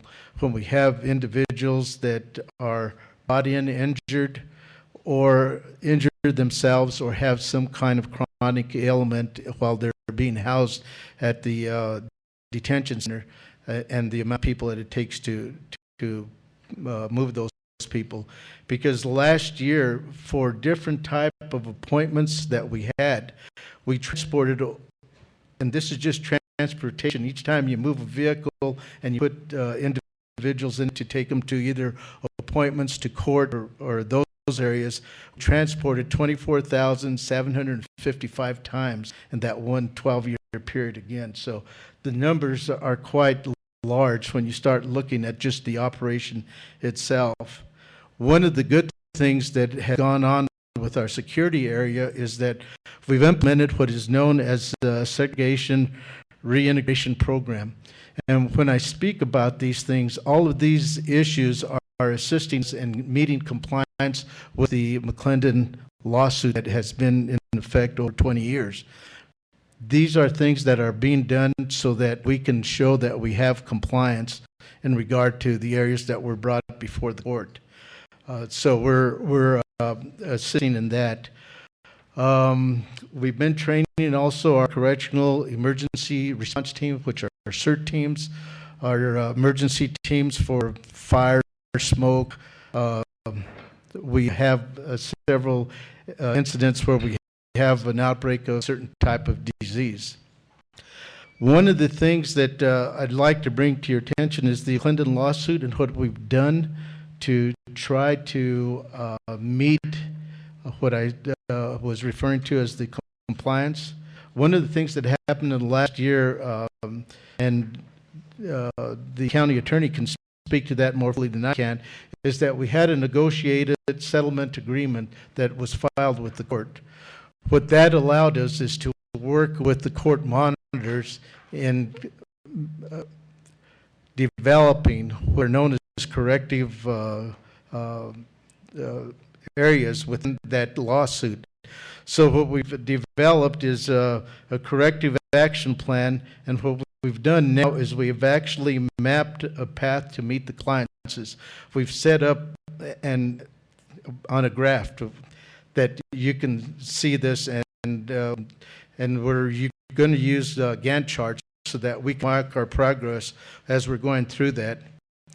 We've also have developed a strategy, because once we get compliance, they say, okay, you're in compliance, you've met the court's needs. Then the next step after that is going to be sustainability. How are we going to show to the court that we're maintaining that level of service to individuals that are housed at the detention center? One of the good things that has happened is that finally this past year published the policies that were negotiated under the settlement. That was a large part because we had to not only have the attorneys agree on it, but then as we're going along, we have certain glitches within policies that we have to look at the procedure to iron those out, and we've been negotiating on both sides, plaintiffs and interveners, and also defendants' side with that. So it's been an ongoing process, and we continue to do that. One of the things that our next step that we'll bring forward is the inmate grievances. That's been one of the areas. There's been a lot of concern that a lot of things that the inmates have been bringing up have been swept basically under the mat and not being worked on. So we're working on the next step of that inmate grievances. And that's why the OPS office, our Office of Professional Standards, is so important, because they're the ones that are tasked with doing all the investigation, gathering the information, being separate and apart from the detention center so that we get an unbiased report as regard to incidents that occur in the facility itself. One of the things that we've been working on is the PREA. We know we have certain requirements that have to be met that we haven't done yet, but we're starting. For instance, when an individual works in the facility, every 5 years you have to do background checks on it. We've started that process. That becomes an important part of the PREA. We also applied for a mock audit for PREA. Of course, we weren't selected for it, but we were moving towards that end so that we can get an audit so that we'll be in compliance with that requirement, that federal requirement that is out there. We've also completed a training video for inmates that as soon as our camera systems are up and running, we hope that this coming year we'll have those up and running, that now we can put the videos that we've created to help educate and also provide some of the policy and procedures for inmates that will be running in the pods themselves. We continue to work with the advisory board that this commission brought about, providing information as they request on the operation of the jail, and then taking some of the recommendations that they have and working on some of those with the advisory board. So we continue to do that. Next year, we hope to do, we've currently been working on what is known as a triage for intake and also for discharge. That is going to be an extremely important component, because one of the things that we're trying to do at the front end when we're taking them in, right now we spend about $2 million to transport people to the hospital on the county side. The city does about the same amount, they are telling me. What we hope to do is do a medical and mental health assessment at the front end at the intake before they're even booked, so that at that point, if they need medical assistance, that will be provided directly, and hopefully we're working through the county attorney's office with the city to get that process in place. So that's at the front end. Then at the back end, when they're booked and they're released, one of the problems that we have encountered and we see over and over is that we have individuals that repeat themselves coming back into the facility. You can release them tonight, and by tomorrow morning on some of these people, you can ensure that they'll be back in the facility. So discharge planning is an important component that is working with behavioral health, and part of the initiatives that were brought up today, tonight before you. Those will start impacting how we work at the release from inmates from the facility, because right now we're looking at the 401 location for the intake and release so that we can have a warm handoff of services with these individuals. So that is one of the things that will be, I think, the most important part that we are doing, is how we do that handoff or that exchange. So that's an important factor. One of the things that we're also working on and have been working on is the Molina project, where we have them in-house. Up to date, we've been now active for 6 months. So up to date, we've had about 130 inmates that we've been able to enroll in that project, and then get them on Medicaid and continue that process. We work with the Department of Health, with the state, to trying to bridge that gap of communicating with them and getting them those services that they need. We're looking at also developed with the what is known as a resource line. It's the 211 that is provided by United Way, where we provide that information to inmates on release right now, because we don't have anything better, where it tells them what kind of resource they're looking for directly. They can ask them on that number. So we've also instituted that. Next year, hopefully, we'll start our project with the JMS, which is Jail Management System, data system, so we can start our data and start being able to quantify statistically that we're complying and that we're sustaining, because that's the only way we're going to be able to prove the court that we're doing that. We have accreditation coming up, the ACA accreditation that we're working on, that will get completed. Again, the inmate education is going to be an important thing, that we continue to do that in the coming year, that we also continue to train the contractors, because we have approximately 700 employees out there, but we have like another between 160, 180 contractors that we also have to bring in compliance with PREA and also the policy at the facility. And then in addition to that, we also have the volunteers that we have to train also bring into an understanding on the policies and procedures and do the background checks on all those people. So we'll continue to do that. What we want to, hopefully next year, the coming year, we'll be able to provide online training for employees. We're working on that right now to use the current system that the county has so that now we can start requiring when officers bid or are promoted that we have certain requirements that have to be met in order to move up, that they can do that online training. One of the things on the security side, we'd like to initiate what is known as a risk pod. And that would be an area where, let's see, how do I say this?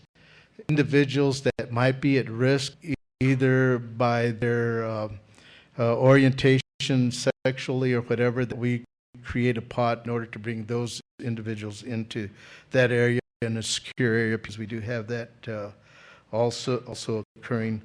Again, just looking at the inmate discipline procedure, that's the other area that we're developing, is how we deal for compliance reasons with inmates there in the facility. And then hopefully the coming year will also, right now, two of our assistant chiefs are interns, interim, and by the coming year, we've already posted those positions, and hopefully we'll then have permanent individuals filling those two positions. We stand for questions. Thank you for the short version. Commissioner Johnson. That was my comment right there. Commissioner O'Malley. Thank you very much for the presentation. I did want to acknowledge, before I just wanted to make a comment, wanted to acknowledge Chief Chavez, Virginia Chavez, for the excellent job and the work with volunteers for the MDC, the toy drive, and all the folks at the jail who contributed to that.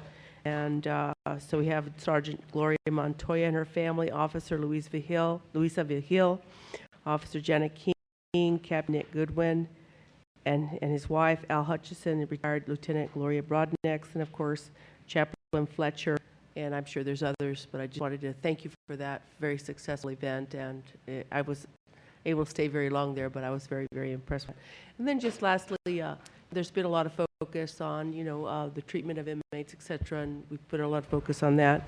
We don't have to answer that now, but I would like in a future presentation to talk about how do we support the folks who are in the correction officers who may work long hours, who are, what kind of support services do we have in terms of, helping them in terms of stress and their health, mental health and emotional health, while, this is probably one of the most difficult jobs that we have, and what do we do along those lines, or what's... One of the things that we talked about with the union, I think it was about a month ago, was that support system where they develop the employee support, and that we look at how we can assist them in getting counselors. Right now, the fire department, what I brought in was the fire department, the county fire department currently has an employee assistance program that's themselves. It's not administration, but it's the employees themselves assisting the employees, that appears to be fairly successful with the fire department. So we discussed with the union for the security staff at MDC that we start looking at developing a system just like that, and that start getting people that are interested in doing that, so we can start training them and helping them in that regard, because it is a real stressful situation, being locked up all day and then dealing with individuals that don't want to be there to begin with. Right, and my point was that what do we need to do to help our employees be successful? Instead of taking the other approach times where we're going to be, I don't want to say punitive, but there's, repercussions and things like that. So what do we need to do to support them to be successful? And I think that's one of the things that we're talking about is the training. As we can broaden their understanding of not only their responsibility, but the environment that they're in, will help them cope with that, besides providing, counseling along with that. Also coaching. One of the things that we're looking at is how do we provide the ability for people to move within the system itself, and how do we develop them to do that? That's why, as you noticed, I've talked a lot about training, not just the use of force training, but training our people out there to understand their rules more clearly and help them with that. Mr. Ruiz, I think Commissioner O'Malley would like to see you come back with some sort of plan or effort that would assist officers. Hearing what you're saying, though, does concern me a little bit, because I don't think that it's in the best interest for the jail or for the employees to hand it off just to employees and here you go fix this yourselves. I don't think that's appropriate. I think that to create a true partnership, it involves management's role. And I think too often at the jail, management has indicated its authority, and then when things go wrong and officers, that 10%, as you called it, do something that isn't appropriate, then it's kind of like them. Where was management's role? Where was management's training? Where was management's accountability? So if you're going to create partnership, bear in mind that it has to be a partnership. It can't be like, well, we're going to allocate some money to the union. You guys go take care of it somehow. That's not appropriate. That's my opinion. And so one of the things that I've spoken to you and I've spoken to the county manager and the previous county manager about is that we don't do enough to recognize officers when something is done well, because the reality is that which is rewarded is done. So if all of our efforts are punitive and we're not doing things on a daily basis to recognize officers and employees that do something right, you're never going to have a good culture there. And that isn't a culture that's created either by the employees or the union. It's a culture that was created by abdication of authority of management. So please bear that in mind. Thank you. Thank you. Thank you for your report. Commissioner Hart-Stebbins. Thank you, Mr. Chairman. Just a quick comment. Thank you for being here tonight. Thank all of you for the progress that's being made at the jail. I mean, really over the last couple of months, really the last 6 months, I'm seeing movement on initiatives that have been talked about for years, and for some reason just never moved forward, and I'm really beginning to see some very positive changes, and I know it's taken a lot of work on everybody's part, but I want to say thank you for that. Something simple as, how inmates who are leaving the facility are getting their medications. Apparently it's been discussed in the community how poorly that system was working. And I think once it was brought to your attention, that has been resolved fairly quickly. So incredibly important step in terms of keeping people healthy once they're released from our facility. So thanks for that. Just there are so many things that are going on that I think are really positive. Thanks for staying with us so late, and thanks for all your good work. Really appreciate it. Thank you. And thank all the men and women that work there for us, please. We'll do that. We'll send it out in the morning. One of the things I'd also like to give you, the assistants put together in their areas accomplishments that they thought were important and more details. So I'd like to have Virginia just give each one of you that, and you can read it at your leisure. Thank you. Okay, so let me announce that the next meeting will be held on Tuesday, January 10th, 2017. It will be an administrative meeting. Seeing no further business, this meeting is now adjourned.